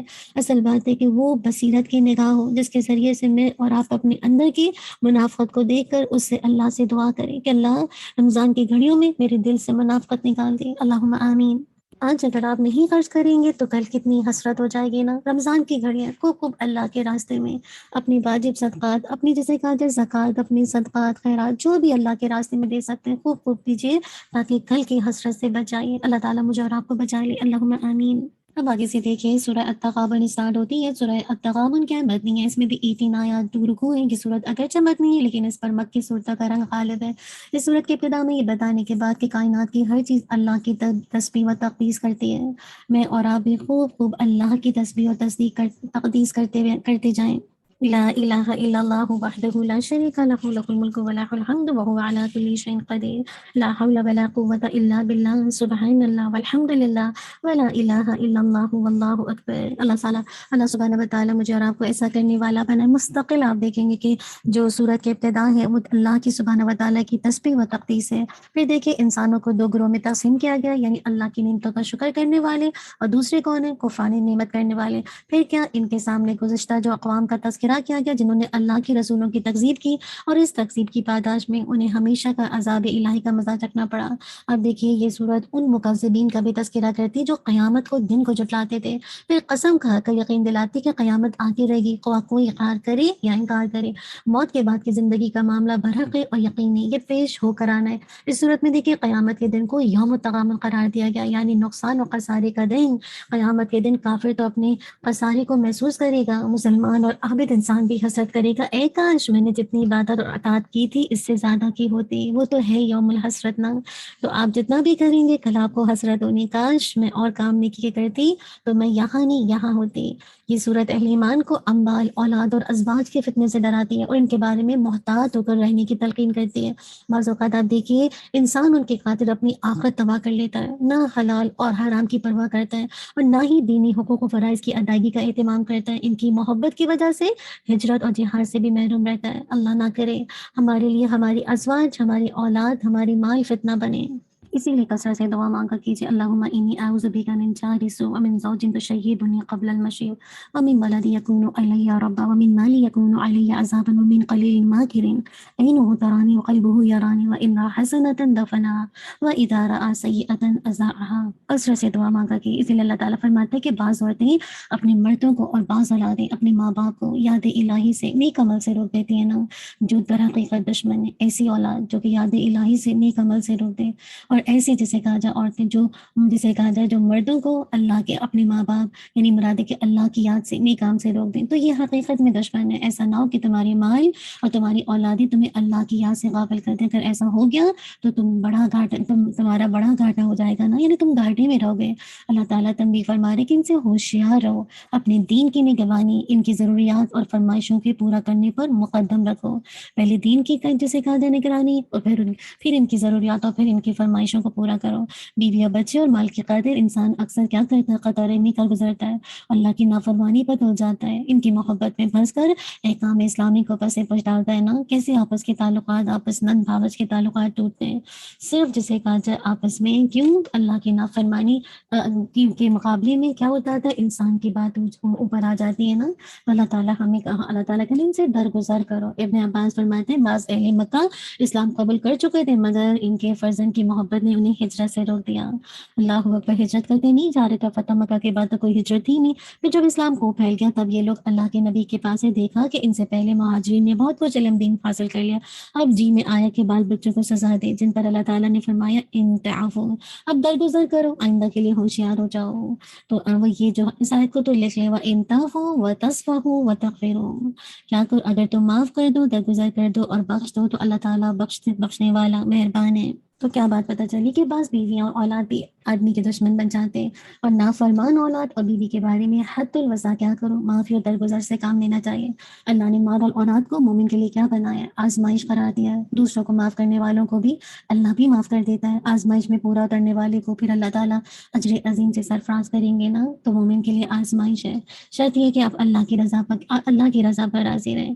اللہ تعالیٰ ہم سب کو جسے کہا جائے ایسی اولادیں دیں، ایسے ازواج دیں جو واقعی جسے کہا جائے ہمیں دین کی سربلندی میں مدد کریں، اللہم آمین۔ اب آگے دیکھیے سورت کے اینڈ پر اہل ایمان کو اللہ تعالیٰ نے ڈرنے اور اس کی راہ میں خرچ کرنے اور بخل سے بچ کر رہنے کا حکم دیا ہے۔ تو مجھے اور آپ کو کیا کرنا ہے؟ اپنی اپنی طاقت کے مطابق اللہ سے ڈرنا اور اس کا حکم ماننا ہے۔ ہر شخص کو اپنی مالی استطاعت کے مطابق اللہ کی راہ میں خرچ کرنا ہے۔ اللہ کی راہ میں خرچ کرنا انسان کے اپنے لیے بہتر ہے۔ پھر جس شخص کو بخل سے بچا لیا گیا حقیقت میں وہی کامیاب ہے۔ وَمَن يُوقَ شُحَّ نَفْسِهِ فَأُولَٰئِكَ هُمُ الْمُفْلِحُونَ، جو نفس کی جو حرص ہے نا کہ انسان بخیلی کی وجہ سے خرچ نہیں کرتا، بس جو اس سے محفوظ رکھا گیا وہ کامیاب ہے۔ تو ہر انسان کو کیا کرنا چاہیے؟ بخیلی سے بچنا چاہیے۔ اللہم انی اعوذ بک من الہم والحزن والعجز والکسل والبخل والجبن والبخل ودلع الدین وغلبۃ الرجال۔ اس دعا کو پڑھا کیجیے کثرت سے انشاءاللہ۔ جب اللہ کی راہ میں آپ مال خرچ کریں گے نا تو اس کے بہت سارے ثمرات ہیں۔ نمبر 1، اللہ تعالیٰ اس سے کہیں زیادہ آپ کو دے گا۔ نمبر 2، اللہ کے راستے میں جب آپ خفیہ اور اعلانیہ خرچ کرتے ہیں تو مزید اللہ تعالیٰ آپ کو اجر عظیم سے نوازتے ہیں۔ اللہ کی رضا کے لیے کیے گئے کام کا بڑا اجر ہے۔ تو خوب الحمدللہ رمضان کی گھڑیوں میں اللہ کے راستے میں خرچ کریں اور بخیلی سے بچیں۔ اللہ تعالیٰ مجھے اور آپ کو دل کی جو شو ہے، نفس کی جو شو ہے، حرص ہے، اسے محفوظ کر دیں، اللہم آمین۔ اب طلاق کو دیکھتے ہیں۔ الطلاق مدنی ہے، اس میں 12 آیات ہیں، 2 رکوع ہیں۔ مدنی صورت کے عمومی مزاج کی طرح اس صورت میں بھی بعض شرعی احکام بیان کیے گئے، خصوصاً وہ احکام جو ازواجی اور خاندانی زندگی سے تعلق رکھتے ہیں۔ اس میں آپ انشاءاللہ مختلف قسم کی طلاقوں کو دیکھیں گے اور ساتھ ہی آپ عدت کے مسائل، نفقے کے مسائل جیسے احکام انشاءاللہ اس صورت میں آئیں گے۔ اس صورت کی ابتدا میں طلاق شرعی طریقہ بتایا گیا کہ مسلمانوں کو حکم دیا گیا کہ اگر ازواجی زندگی کو برقرار رکھنا مشکل ہو جائے اور طلاق کے علاوہ کوئی دوسرا راستہ باقی نہ رہے تو بیوی کو ایک طلاق رجعی دے کر چھوڑ دیا جائے۔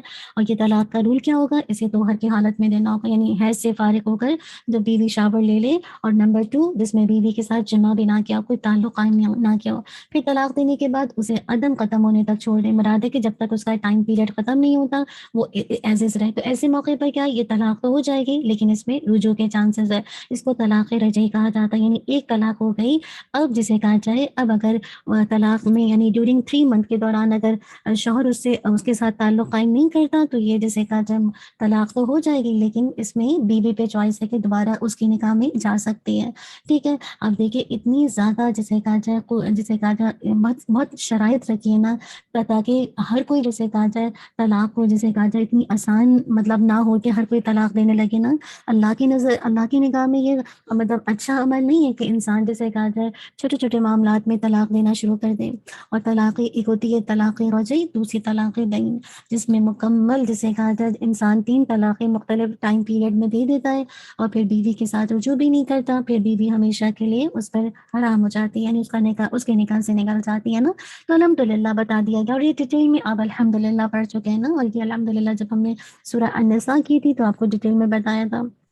تو اللہ کی نظر میں طلاق انتہائی مکروہ عمل ہے، قابل نفرت عمل ہے، لیکن بعض ایسی کنڈیشنز ہوتی ہیں، ایکسیپشنز ہوتی ہیں جس میں طلاق کے بغیر معاملہ حل نہیں ہوتا، تو شریعت میں طلاق کی اجازت دی، ورنہ تو شریعت کبھی نہ دے دے، کیونکہ طلاق کی وجہ سے کیا ہوتا ہے، جو خاندان کی بنیادوں میں دراڑیں پڑ جاتی ہیں، جبکہ اسلام کیا ہے، خاندانی نظام کے استحکام پر زور دیتا ہے کہ وہ اسٹرانگ ہو۔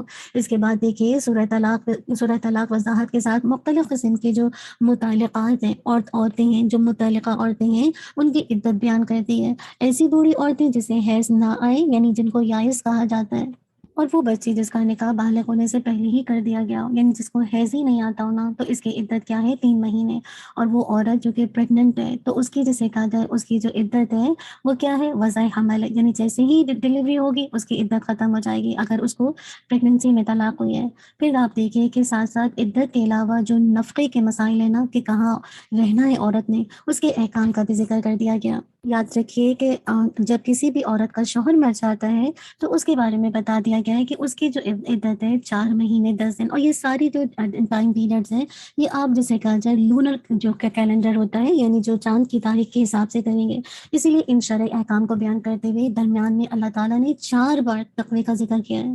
پہلی دفعہ فرمایا اللہ سے ڈرو جو کہ تمہارا رب ہے، دوسری بار فرمایا اور جو اللہ سے ڈرے گا اللہ اس کے لیے مشکلات سے نکلنے کا راستہ پیدا کر دے گا، اور تیسری بار فرمایا اور جو اللہ سے ڈرے گا اللہ اس کے کام میں سہولت پیدا کر دے گا، اور چوتھی بار فرمایا اور جو اللہ سے ڈرے گا وہ اس سے گناہ دور کر دے گا اور اسے اجر عظیم عطا کرے گا۔ آپ سوچئے اس سے کیا بات کا پتہ چلتا ہے کہ اللہ کی نظر میں تقوی کی کیا اہمیت ہے، اور یہ کہ قرآن کا جو اسلوب ہے دوسری کتابوں سے کس قدر مختلف ہے نا۔ یہ قانون کی کوئی ڈرائی بک نہیں ہے، بلکہ اس میں قانون پر آمادہ کرنے والی وہ ترغیبات ہیں، وہ ترغیبات ہیں کثرت کے ساتھ ہیں، جس کی وجہ سے انسان مجبور ہوتا ہے اگر وہ سچے دل کے ساتھ فوکس ہو کر اس کلام کو سنے تو اپنے اندر تقویٰ پیدا کرنے کی کوشش کرتا ہے۔ اللہ تعالیٰ مجھے اور آپ کو اپنا تقویٰ دے دے، اللہم آمین۔ اب دیکھیں یہ معاملات کتنے سینسٹیو ہیں نا، اور آج ہمارے معاشرے میں جو طلاق کے ساتھ ایک رویہ ہے، بس 3 طلاقیں دے کر اور گھر ٹوٹ رہے ہیں، خاندان ختم ہو رہے ہیں، آپس کے دشمن بنتے جا رہے ہیں، کیونکہ قرآن و سنت کا علم ہے ہی نہیں، پتہ ہی نہیں کہ طلاق رجعی کیا ہے، طلاق بہن کیا ہے، کچھ پتہ ہی نہیں ہے، اور کتنے گھر جیسے کہا جائے تباہ و برباد ہے، اور کس طرح سے حلالہ کے ذریعے سے ناجائز کام کیے جا رہے ہیں نا۔ بس اللہ کا ڈر ہمارے اندر آ جائے، جو شخص اللہ کا ڈر رکھتا ہے نا، اللہ کے احکام کو بجا لاتا ہے اور اس کی حرام کردہ چیزوں سے پرہیز کرتا ہے، تو اللہ تعالیٰ اس کے لیے الحمدللہ مفلسی سے نکلنے کا راستہ نکال دیتا ہے، اور اللہ تعالیٰ اس کو آزمائشوں سے نکالنے کا راستہ اس کے لیے آسان کر دیتا ہے۔ تو جتنا اللہ کا ڈر ہوگا انشاءاللہ آپ دیکھیے گا اللہ آپ کے لیے بہت آسانی پیدا کر دے گا، اللہ تعالیٰ آپ کے لیے ایسی جگہ سے رس دے گا جہاں سے آپ کو پتہ بھی نہیں ہوگا، گمان بھی نہیں ہوگا۔ اللہ کا ڈر ہر پریشانی سے نجات کی راہ ہے نا، تنگ دستی کو دور کرنے کے اسباب بھی پیدا کر سکتا ہے۔ اللہ کی مشیت نہ ہو تو کوئی بھی ایسی دوا جو کہ بہت مجرب ہو لیکن بعض اوقات الٹا اثر دکھاتی ہے، اور اسی طرح کوئی بھی دوا جو کہ بہت مضر ہو بعض اوقات انسان کو صحت یاب کر دیتی ہے۔ تو سب کچھ اللہ کے قبضے قدرت میں ہے نا، میں اور آپ کیا کریں، میں اور آپ انشاءاللہ اللہ کا تقویٰ اختیار کریں تاکہ ہر پریشانی سے میں اور آپ نکل جائیں۔ اللہ تعالیٰ سے دعا مانگی اللہم البسنا لباس التقوی والزمنا کلمت التقوی، اللہ کثرت سے مانگا کیجئے۔ اسی لیے دیکھیے آخر میں بتایا جا رہا ہے اللہ کے مقررہ کردہ اور نازل کردہ احکام کی پامالی اور مخالفت سے سختی کے ساتھ منع کیا گیا، اور عبرت کے لیے ان امتوں کا ذکر کیا جنہوں نے سرکشی اختیار کی تو وہ عبرتناک عذاب اور سزاؤں کی مستحق بن گئی۔ آخری آیت میں اللہ تعالیٰ نے ارض و سما یعنی آسمان اور جسے کہا جائے زمین کی تخلیق میں جسے کہا جائے اپنی قدرت الہی کی طرف اشارہ کیا کہ سب کچھ جسے کہا جائے اللہ کرنا۔ تو میں اور آپ کیا کریں جب سب کچھ اللہ کے حکم کے تابع ہے، اور میں اور آپ بھی اللہ کا تقویٰ اختیار کر کے اللہ کے ہر حکم پر سمینا و اطاعنا کہیں۔ اللہ تعالیٰ مجھے اور آپ کو ایسا کرنے والا بنا دے۔ لاسٹ میں سورہ تحریم ہے جو کہ مدنی ہے، 12 آیات 2 رکوع ہے۔ اس صورت میں جو احکام ہیں ان کا زیادہ تر تعلق یعنی بیت نبوت سے امہات المومنین اور ازواج مطہرات رضی اللہ عنہم کے ساتھ ہے۔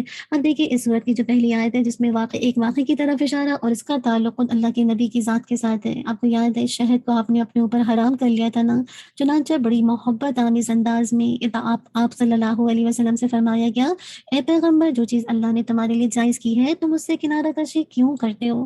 کیا اس سے اپنی بیویوں کی خوشنودی چاہتے ہو؟ اور اللہ بخشنے والا رحم کرنے والا ہے۔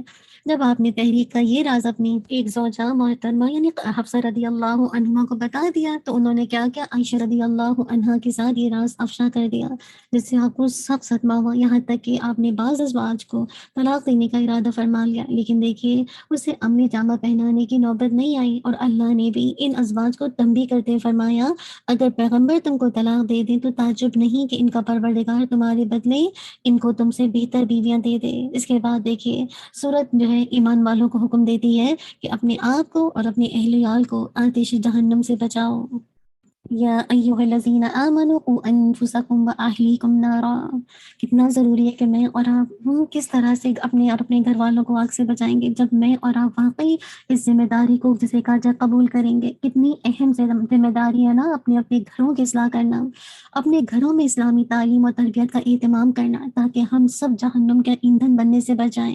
اللہ کے نبی صلی اللہ علیہ وسلم نے فرمایا ہے کہ جب بچہ 7 سال کی عمر کو پہنچ جائے تو اسے نماز کی تلقین کرو۔ 10 سال عمر کے بچوں میں نماز سے اگر تم کمزوری دیکھو تو انہیں سرزش کرو، اللہ اکبر، یعنی ان کو تھوڑا سا ان کو پکڑو، جسے کہا جائے ان کو کوشش کرو کہ وہ نماز پڑھیں۔ اسی طرح دیکھیں روزے، ان سے روزے رکھوائے جائیں اور دیگر احکام کی اتباع کی ان کو تلقین کی جائے، تاکہ جب وہ شعور کی عمر کو پہنچیں تو اس دین حق کا شعور بھی انہیں حاصل ہو جائے۔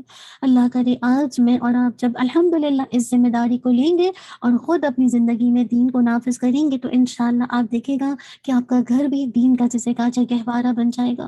ضروری ہے کہ میں اور آپ علم لیں، اللہ کے دین کو سمجھیں۔ کیسے اس پر فرشتے ہیں نا، جہنم پہ فرشتوں کے بتا دی 4 اوصاف نہایت سخت لیں، انہیں کسی پر نہیں آئے گا، سخت قوت والے کوئی ان کی طرف سے نکل نہیں سکے گا۔ اللہ تعالیٰ نے جو حکم بھی دے وہ اس میں نافرمانی نہیں کرتے، اور وہ کوئی کام اپنی مرضی سے نہیں کرتے بلکہ وہی کرتے ہیں جن کا انہیں حکم دیا جاتا ہے۔ اللہ سبحانہ و تعالیٰ مجھے اور آپ کو جہنم کی آگ سے بچا لے، اللہم اجرنا من النار۔ اور یہ کہ پھر بتایا گیا کہ اللہ کے آگے صاف دل سے توبہ کرو۔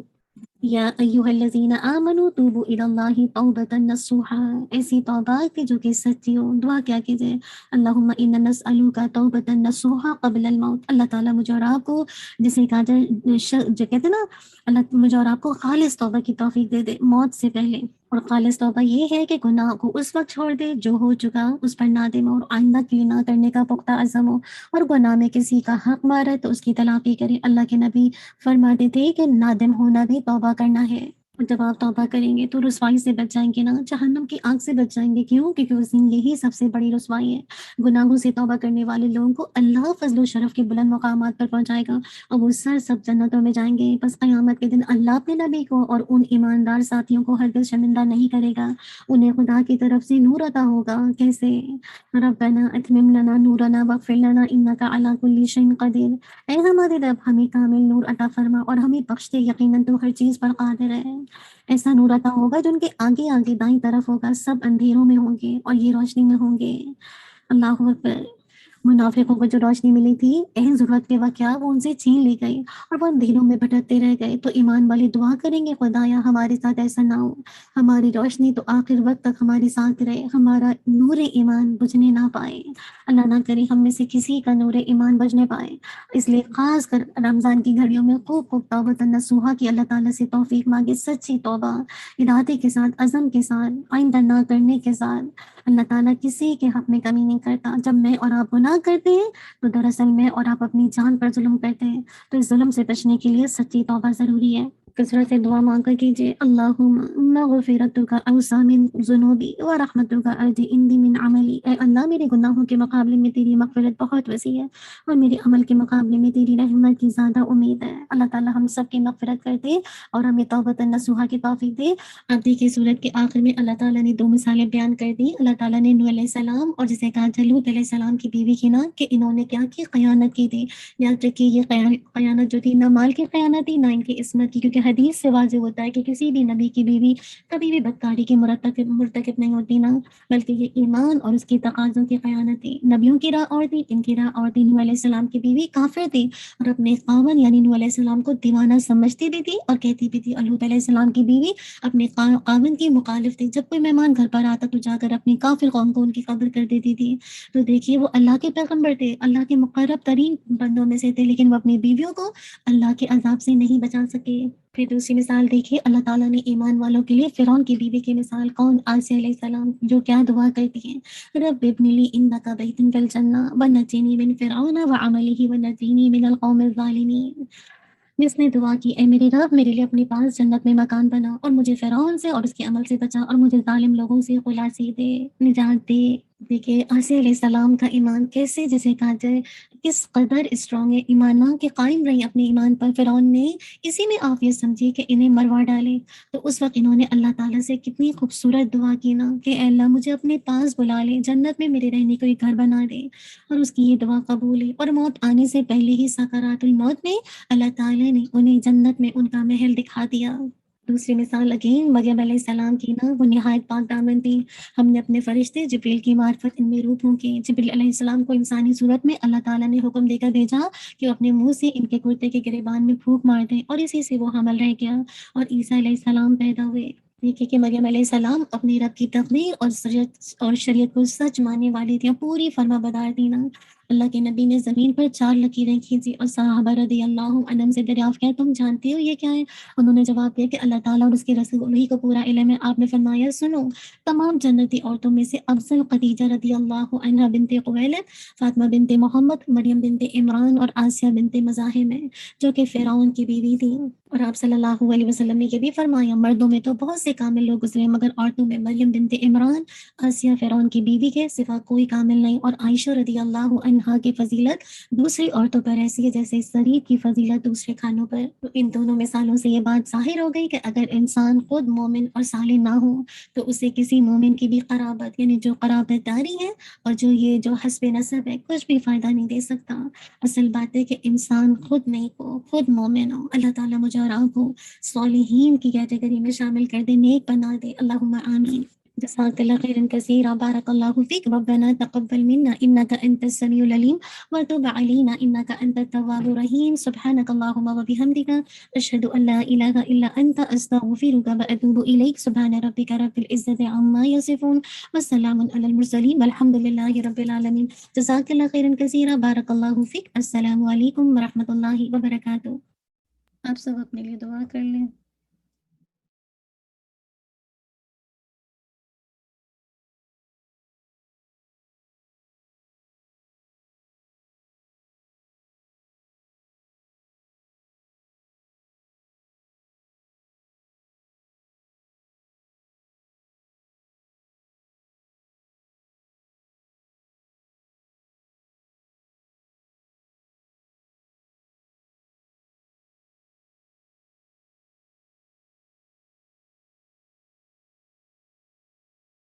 چلیے الحمد للہ رب العالمین. اللہ کی دی ہوئی توفیق سے ہمارا آج کا جز کمپلیٹ ہوا 28. اب 2 دن باقی ہیں. اللہ تعالیٰ ہمارے 2 جز کو بہت آسان انداز سے کمپلیٹ کروا دے. آئی نو کہ بہت تیزی سے بات کرنی پڑتی ہے. امید ہے کہ آپ نے آج کے جز سے کچھ نہ کچھ تو ضرور فائدہ لیا ہوگا. اللہ تعالیٰ عمل کی توفیق عطا کرتے. بہت اہم تھی لاسٹ کی سورہ اور اس کے اندر بہت سارے ٹاپکس تھے. ہر صورت ہی بہت اہم ہوتی ہے لیکن وقت کی کمی کی وجہ سے انسان بہت ساری چیزیں نہیں کر پاتا. لیکن بس اللہ تو اجر دینے پر قادر ہے نا. نیت کا آپ کو اجر مل جائے گا انشاءاللہ. چلیں اگر آپ میں سے کوئی اپنی شیئرنگ کرنا چاہتا تو ٹھیک ہے. آج تھوڑا سا ٹائم اوپر گیا. کوشش تو میری ہوتی ہے کہ 1 آور میں، لیکن میں آپ سے پہلے ہی معذرت کر لوں کہ جس دن 30 جو ہوگا اس دن تھوڑا آپ کو لیٹ کمپلیٹ ہوگا. آپ کو پتہ ہے کہ انسان تھوڑی سی دعا بھی کرتا ہے تو پہلے سے آپ مجھے معافی دے دیں. ٹھیک ہے. جزاک اللہ خیر، بارک اللہ فیک. کوئکلی انشاءاللہ 1 منٹ کی آپ لوگ شیئرنگ کر لیجیے. جزاک اللہ خیر، بارک اللہ فیک. جی پلیز آپ مائک لے لیجیے سسٹر نبیلہ. جی السلام علیکم ورحمۃ اللہ وبرکاتہ. وعلیکم السلام ورحمۃ اللہ وبرکاتہ. جی ماشاء اللہ آپ بہت اچھے طریقے سے سب کچھ بیان کرتے ہیں تو سن کے بھی بہت اچھا لگتا ہے. اللہ تعالیٰ آپ کو اجر عطا کرے.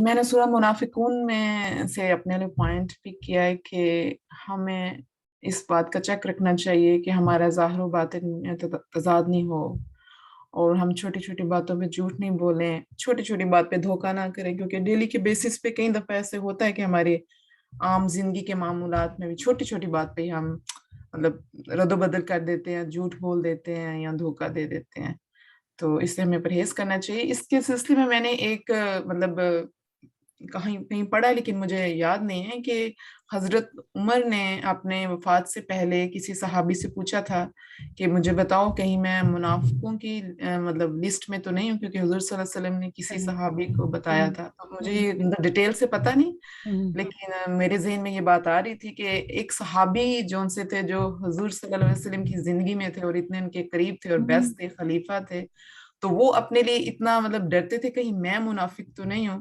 تو اس چیز کو سوچتے ہوئے ہمیں بھی اس چیز کا خیال رکھنا چاہیے کہ ڈرتے رہنا چاہیے کہ ہم کہیں ایسے مطلب ایسے سوچنے نہ لگ جائیں۔ بالکل بہت اہم بات ہے سسٹر نبیلہ، اللہم لا تواخذنی بما یقولون واغفر لی وما لا یعلمون۔ آپ بالکل ٹھیک کہہ رہی ہیں کہ جو حذیفہ بن یمان رضی اللہ عنہ کو اللہ کے نبی نے منافقوں کے نام بتائے تھے، عمر رضی اللہ عنہ بہت ڈرتے تھے، اور جب کبھی وہ کسی کی دیکھتے تھے کہ حذیفہ بن یمان اگر نماز جنازہ میں نہیں ہے تو وہ بڑی فکر ہوتے تھے، ان کو لگتا تھا کہ شاید یہ منافق ہے اس لیے اس کی نماز جنازہ میں وہ نہیں ہے، یعنی اتنا ان کو فکر ہوتی تھی اور بار بار پوچھتے تھے کہ میرا نام ہے کہ نہیں، جو کہ اشرف و بشرا میں تھا، جن کو جنت کی دنیا میں خوشخبری دی گئی، اور ہمیں تو پتہ بھی نہیں ہم کہاں کھڑے ہیں، اور ہم اتنے ٹھنڈے ہو کے بیٹھے ہیں، اور پتہ نہیں کیا کیا روگ ہمارے دلوں میں آیا ہوا ہے۔ مسلسل آپ دیکھیے یہ قرآن ہے جس کے ذریعے سے تزکیہ ہوتا ہے تو احساس ہوتا ہے، پھر جسے کہا جائے اللہ کی طرف پلٹتے ہیں، پھر واپس چلے جاتے ہیں، بس ایک عجیب ہی زندگی ہے۔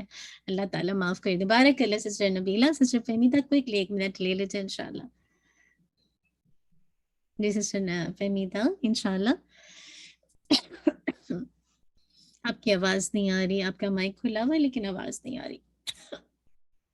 چلیے انشاءاللہ سسٹر وحیدہ آپ لے لیجیے، آپ کی آواز نہیں آ رہی، سوری، پھر میں انشاءاللہ سسٹر وحیدہ یا سسٹر رابعہ۔ السلام علیکم۔ وعلیکم السلام ورحمۃ اللہ وبرکاتہ۔ وہی نا ہر سپارے میں اپنا تزکیہ کرنے کا موقع مل رہا ہے، الحمدللہ، اللہ تعالیٰ آپ کو بھی جزائے خیر دے۔ بہت زیادہ اس میں ہمارے لیے وہی ہے نا عمل کی باتیں ہیں۔ آج تو زیادہ تر تقوی کی بات کی گئی ہے کہ جب بھی انسان اللہ سے ڈرتا ہے تو پھر وہ ہر کام میں سوچ سمجھ کے کرتا ہے، پھر وہ منافقت بھی جب کرنے لگتا ہے تو خود ہی ڈرتا ہے کہ نہیں اللہ کو پسند نہ ہو، کوئی ایسی بات نہ منہ سے نکل جائے جو اللہ کو ناپسند ہو۔ تو یہ کہ تقوی جو ہے نا اس پہ ہی ہم نے فوکس رکھنا اپنے آپ کو، کہ کہیں ہم ادھر ادھر باتوں میں، جیسے بہت سارا آج کل ہوا ہے کہ قول و فعل میں تضاد بہت زیادہ ہو گیا ہوا ہے، جو لوگ منہ سے کچھ کہتے ہیں جس کو دیکھتے ہیں اس کی طرف کی بات کر دیتے ہیں۔ یہ تو آج میں کہوں گی کہ یہ بہت ہمارے لیے ایک وہ بات ہے کہ ہم اس کو بہت زیادہ سیریس لیں، کہ دوسرے کہیں بھی دیکھ لیں حدیث کا حوالہ دیکھ کے بھی نا لوگوں کو گمراہ کیا جاتا ہے کہ یہ حدیث کا، حالانکہ وہ فیک ہوتی ہیں۔ اس چیزوں سے ہمیں نا گریز کرنا چاہیے کہ جو تو ہو صحیح والی بات وہ تو بندہ آگے پہنچائے، نہ کہ لوگوں میں ایسی تضاد باتیں کر کے وہ گمراہ زیادہ ہوں گے، کیونکہ انہیں نہیں پتہ چلے گا یہ صحیح کون سی ہے غلط کون سی ہے۔ تو وہ حدیث پڑھنے کا یہی فائدہ ہوا ہے کہ ہمیں اللہ تعالیٰ سمجھ دے، تو اس کی سمجھ آ گئی ہے کہ جو بات حدیث میں آ گئی ہے وہ قرآن سے ریلیٹڈ ہوگی تو وہ ٹھیک ہے، ورنہ ادھر ادھر سنی سنائی بات آگے، جیسے ہم جب نہیں قرآن پڑھتے تھے یا حدیث میں نہیں تھے ہم بھی بہت سارے ایسے کام کرتے تھے۔ شب برات کو لے لیں، اب عید میلاد النبی آئیں گے ان کو دیکھ لیں، یہ ساری چیزیں مطلب کہ جو نہیں ہے ہمارے اس میں، لیکن لوگ نہیں اس میں لکھا ہوا ہے، ان کے بے شک انہیں پتہ بھی ہوئے گا لیکن وقت کی نزاکت دیکھ کے وہ کہہ دیں گے نہیں چلو کیا ہے، ہم بچوں کی تو کرتے ہیں نا، یہ بھی کر لیا کوئی نہیں، ہم کچھ نے ہی وہ کرتے جی وہ سورہ فاتر صحیح کہہ رہی ہیں، سورہ فاتر میں 3 طرح کے گروپ پڑے تھے نا، وہ ہے نا اپنے نفس پہ ظلم کرنے والے جی ہے نا، تو وہی مجھے لگتا ہے کہ کچھ لوگ علم لینے کے باوجود اپنی جان پر ظلم کرتے ہیں، تو جی ٹھیک ہے انشاءاللہ اللہ سے دعا کریں گے وہ بھی جنت میں جائیں، اور اللہ نے چاہا تو، لیکن اپنی سزا کچھ ان کو اللہ کی مطلب ملے گی، کیونکہ انہوں نے جو اپنی جان پر علم لینے کے باوجود ظلم کیا، کہ جیسے نا کر لو، لوگوں کے پریشر میں آ کے نا، لوگوں کی کہتے ہیں نا وہ جو لوگ آپ کو ملامت کرتے ہیں، ارے کوئی بات نہیں، تو لوگوں کی ملامت کو تو پیچھے ڈال دیں اور بہت اسٹریٹ فارورڈ ہو جائیں، جہاں دین کے احکامات ہیں کم سے کم اپنے طور پر تو انشاءاللہ نا، تو بارک اللہ سسٹر وحیدہ، اللہ تعالیٰ آپ کو بہترین جزا دے، ہمیشہ آلویز آپ اپنی شیئرنگ دیتی ہیں۔ سسٹر آپ بھی پلیز 1 منٹ میں آپ اپنی بات کو انشاءاللہ کہیے، اور پھر سسٹر سمیرہ۔ السلام علیکم ورحمۃ اللہ وبرکاتہ۔ وعلیکم السلام ورحمۃ اللہ وبرکاتہ، جی انشاءاللہ۔ جی سب سے پہلے جزاک اللہ خیر آپ کے وقت کا، آپ کی کوششوں کا، اور آپ کی وہ ساری جو ریمائنڈرز آپ ہمارے لیے جیسے وجہ بن جاتی ہیں، ہر سال ایک ریفریشر کورس ہمارا ہو جاتا ہے۔ اور صحیح کہا آپ نے، قرآن ماشاء اللہ ہر لفظ ہر آیت ایک جو ہے احکامات سے جو ہے وہ بھرپور ہے۔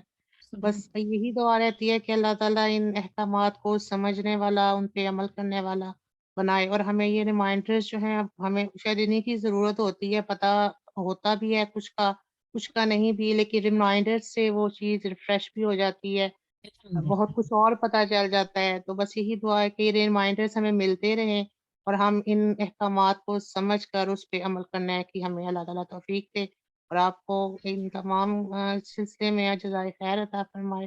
آمین آمین، جزاک اللہ خیر۔ جی جزاک اللہ خیر، وہی السلام آپ علیکم آمین ورحمۃ سسٹر رابعہ، اللہ بس وبرکاتہ۔ ہمیشہ مومن کو فائدہ دیتے ہیں، اور اللہ کرے ہم بس جڑے رہیں کسی طرح سے بھی نا، چاہے آپ جس انداز سے بھی، لیکن یہ قرآن آپ کا تذکیہ کرے گا، اور اس کے ذریعے سے ہی جو اللہ کا ڈر رکھیں گے وہ بچ جائیں گے، بس انشاءاللہ۔ جزاک اللہ سسٹر سمیرہ، پلیز آپ لے لیجیے کوئکلی۔ السلام علیکم ورحمۃ اللہ وبرکاتہ۔ وعلیکم السلام میں نے اس میں 2 چیزیں اپنی، ایک یہ جھوٹ جو ہے، جھوٹ بہت سال پہلے میں نے ایک کالم پڑھا تھا، اس میں جو ہے انہوں نے کہا یہ ایک نشہ، جیسے نشے کے عادی ہوتے ہیں نا، تو ایسے ہی جھوٹ کے بھی عادی ہو جاتے ہیں، اور یہ شروع ہوتا ہے، تو یقین جانے کہ مجھے میں نے، اور پھر یہ کہ اگر آپ کی زبان سے نکل ہی گیا، حالانکہ پہلی دفعہ جو ہے نا سچ بولنا بڑا مشکل ہوتا ہے، لیکن وہ جب آپ وہ کر لیتے ہو نا، تو اس کے بعد پھر جو ہے نا وہ آپ کے لیے آسانیاں شروع ہو جاتی ہیں۔ تو میں یقین جانے وہ میرا اس وقت دل ڈر گیا کہ نشے کی طرح جو ہے، تو یہ اب میں نے آبزرو بھی کیا یہ چیزیں، تو یہ ایک تو یہ جب ہم جھوٹ بولتے ہیں، تو اگر بولا بھی جائے تو اسی وقت گلٹ فیل کریں، جب آپ گلٹ فیل کریں گے تو پھر اللہ تعالیٰ آپ کو توفیق دے دینے کی۔ بے شک۔ اور ایک منافقانہ رویہ جو ہے، یقین جانے اللہ نے اپنی کتاب کے سامنے بٹھا دی ہے، تو اس میں ہماری جو ہے نا ہمیں بڑی فکر کرنی چاہیے کہ جو ہے نا ہم لوگ سمجھتے نہیں ہیں یہ، اور یہ اتنا بڑا ہے، دیکھیں اس کا یہ جہنم میں سب سے نیچے والے درجے میں، تو اللہ تعالیٰ ہمیں ہدایت دے۔ یہ 2 چیزیں جو ہے نا یہ میں نے اپنے لیے، اور ایک جو ہے کہ جب ہم بنی اسرائیل کے بارے میں ہم پڑھتے تھے قرآن میں، تو میں کہتی تھی یہ سٹوری ہیں، اب مجھے سمجھ آئیے کہ یہ تو میری بھی اصلاح ہونی ہے، اور میں نے بھی اپنے اندر دیکھنا ہے کہ یہ چیزیں جو ہے نا، تو جزاک اللہ خیر، اللہ تعالیٰ آپ کو جزائے خیر دے، الحمدللہ الحمدللہ۔ جزاک اللہ سسٹر سمیرہ، باقی کوئی بھی چیز انسان کو جو ہلا دیتی ہے نا، کہ باقی بس وہی ہوتا ہے وقت ہدایت کا، اور انسان اس برائی سے رک جاتا ہے۔ کتنی دفعہ میں اور آپ کوشش کرتے ہیں، پھر پھسلتے ہیں، ایسا تو نہیں کہ میں اور آپ مکمل گناہ نہیں کریں گے اور بالکل پھر تو ہم فرشتوں کے ساتھ مسافہ کریں۔ اصل بات جیسے انہوں نے کہا نا کہ اگر ہو گیا، جھوٹ بول دیا تو احساس ہو جائے تو فوراً نا، تو اللہ کی طرف فوراً ڈیپینڈ کر لیں، انسان ہے نا، یہ چیزیں چلتی رہیں گی ساری زندگی۔ اصل ہے کہ آپ کو اللہ تعالیٰ ایسی توبہ کی توفیق دے گا، اللہم موت سے پہلے، اللہم انا نسألک توبۃ نصوحا قبل الموت، موت سے پہلے آپ کو ایسی توبہ کی توفیق دے کہ اس کے بعد آپ کی زندگی میں گناہ نہ ہو۔ اللہم آمین، جزاک اللہ خیر، بارک اللہ فیک۔ انشاءاللہ آج کی آیت ریفلیکشنز کو، آج آپ کی آیت تدبر کو دیکھتے ہیں۔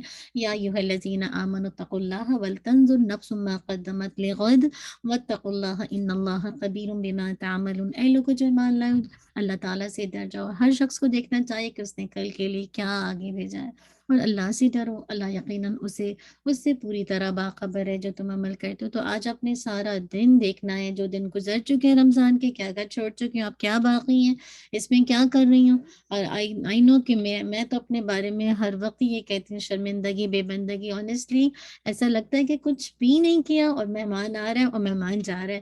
مہمان جب آتا ہے تو اس کا استقبال میں بڑا جوش ہوتا ہے، اور جیسے جیسے جاتے ہیں ایسا لگتا ہے کہ پتہ نہیں مطلب کوئی چیز جا رہی ہے زندگی سے، اور جو حاصل ہونا تھا کچھ بھی نہیں کیا۔ تو نہیں ہو کوئی بات نہیں، یہ ریگریٹ، یہ شرمندگی انشاءاللہ اللہ سے دعا مانگیں گے کہ اللہ تعالیٰ اس کو اللہ کی سربلندی میں لگا دے اور اللہ تعالیٰ قبول کر لے جو بھی ٹوٹی پھوٹی عبادات ہیں۔ تو آپ نے انشاءاللہ غور و فکر کرنا ہے کہ آپ نے دیکھنا ہے کہ آپ اپنے آثار کیا چھوڑ کے جا رہے ہیں۔ نیکسٹ انشاءاللہ آپ کے جو بھی دعائیں پڑھی گئی تھیں اس کو ایک دفعہ دیکھ لیجیے گا، عملی کاموں کو انشاءاللہ آپ ایک دفعہ دیکھ لیجیے گا۔ اللہ تعالیٰ مجھے کہنے سے زیادہ عمل کی اور آپ سب کو الحمدللہ کہنے سے زیادہ عمل کی توفیق عطا فرما دے۔ میں یہی سوچ رہی ہوتی ہوں کہ میں آپ کو کتنی باتیں بتاتی ہوں اور اللہ سے ڈرتے ہوئے سوچتی ہوں کہ اللہ مجھے بھی عمل کی توفیق دینا۔ لما تقولون ما لا تفعلون، یعنی وہ بات کیوں کہتے ہو جو تم کرتے ہی نہیں ہو۔ ہم سب انسان ہیں، بشر ہیں نا، ہم کہتے ہیں آپ کو باتیں لیکن انسان ہونے کے ناطے، بشر ہونے کے ناطے ہم سب غلطی کرتے ہیں۔ تو اللہ تعالیٰ سب کو معاف کرنے پر قادر، اللہ تعالیٰ ہم سب کی مغفرت فرما دے۔ اللہم آمین۔ ربنا تقبل منا انک انت السمیع العلیم وتب علینا انک انت التواب الرحیم۔ سبحانک اللہم وبحمدک نشہد ان لا الہ الا انت نستغفرک ونتوب الیک۔ سبحان ربک رب العزت عما یصفون وسلام علی المرسلین والحمد للہ رب العالمین۔ جزاک اللہ خیرا کثیرا، بارک اللہ فیک۔ السلام علیکم ورحمۃ اللہ وبرکاتہ۔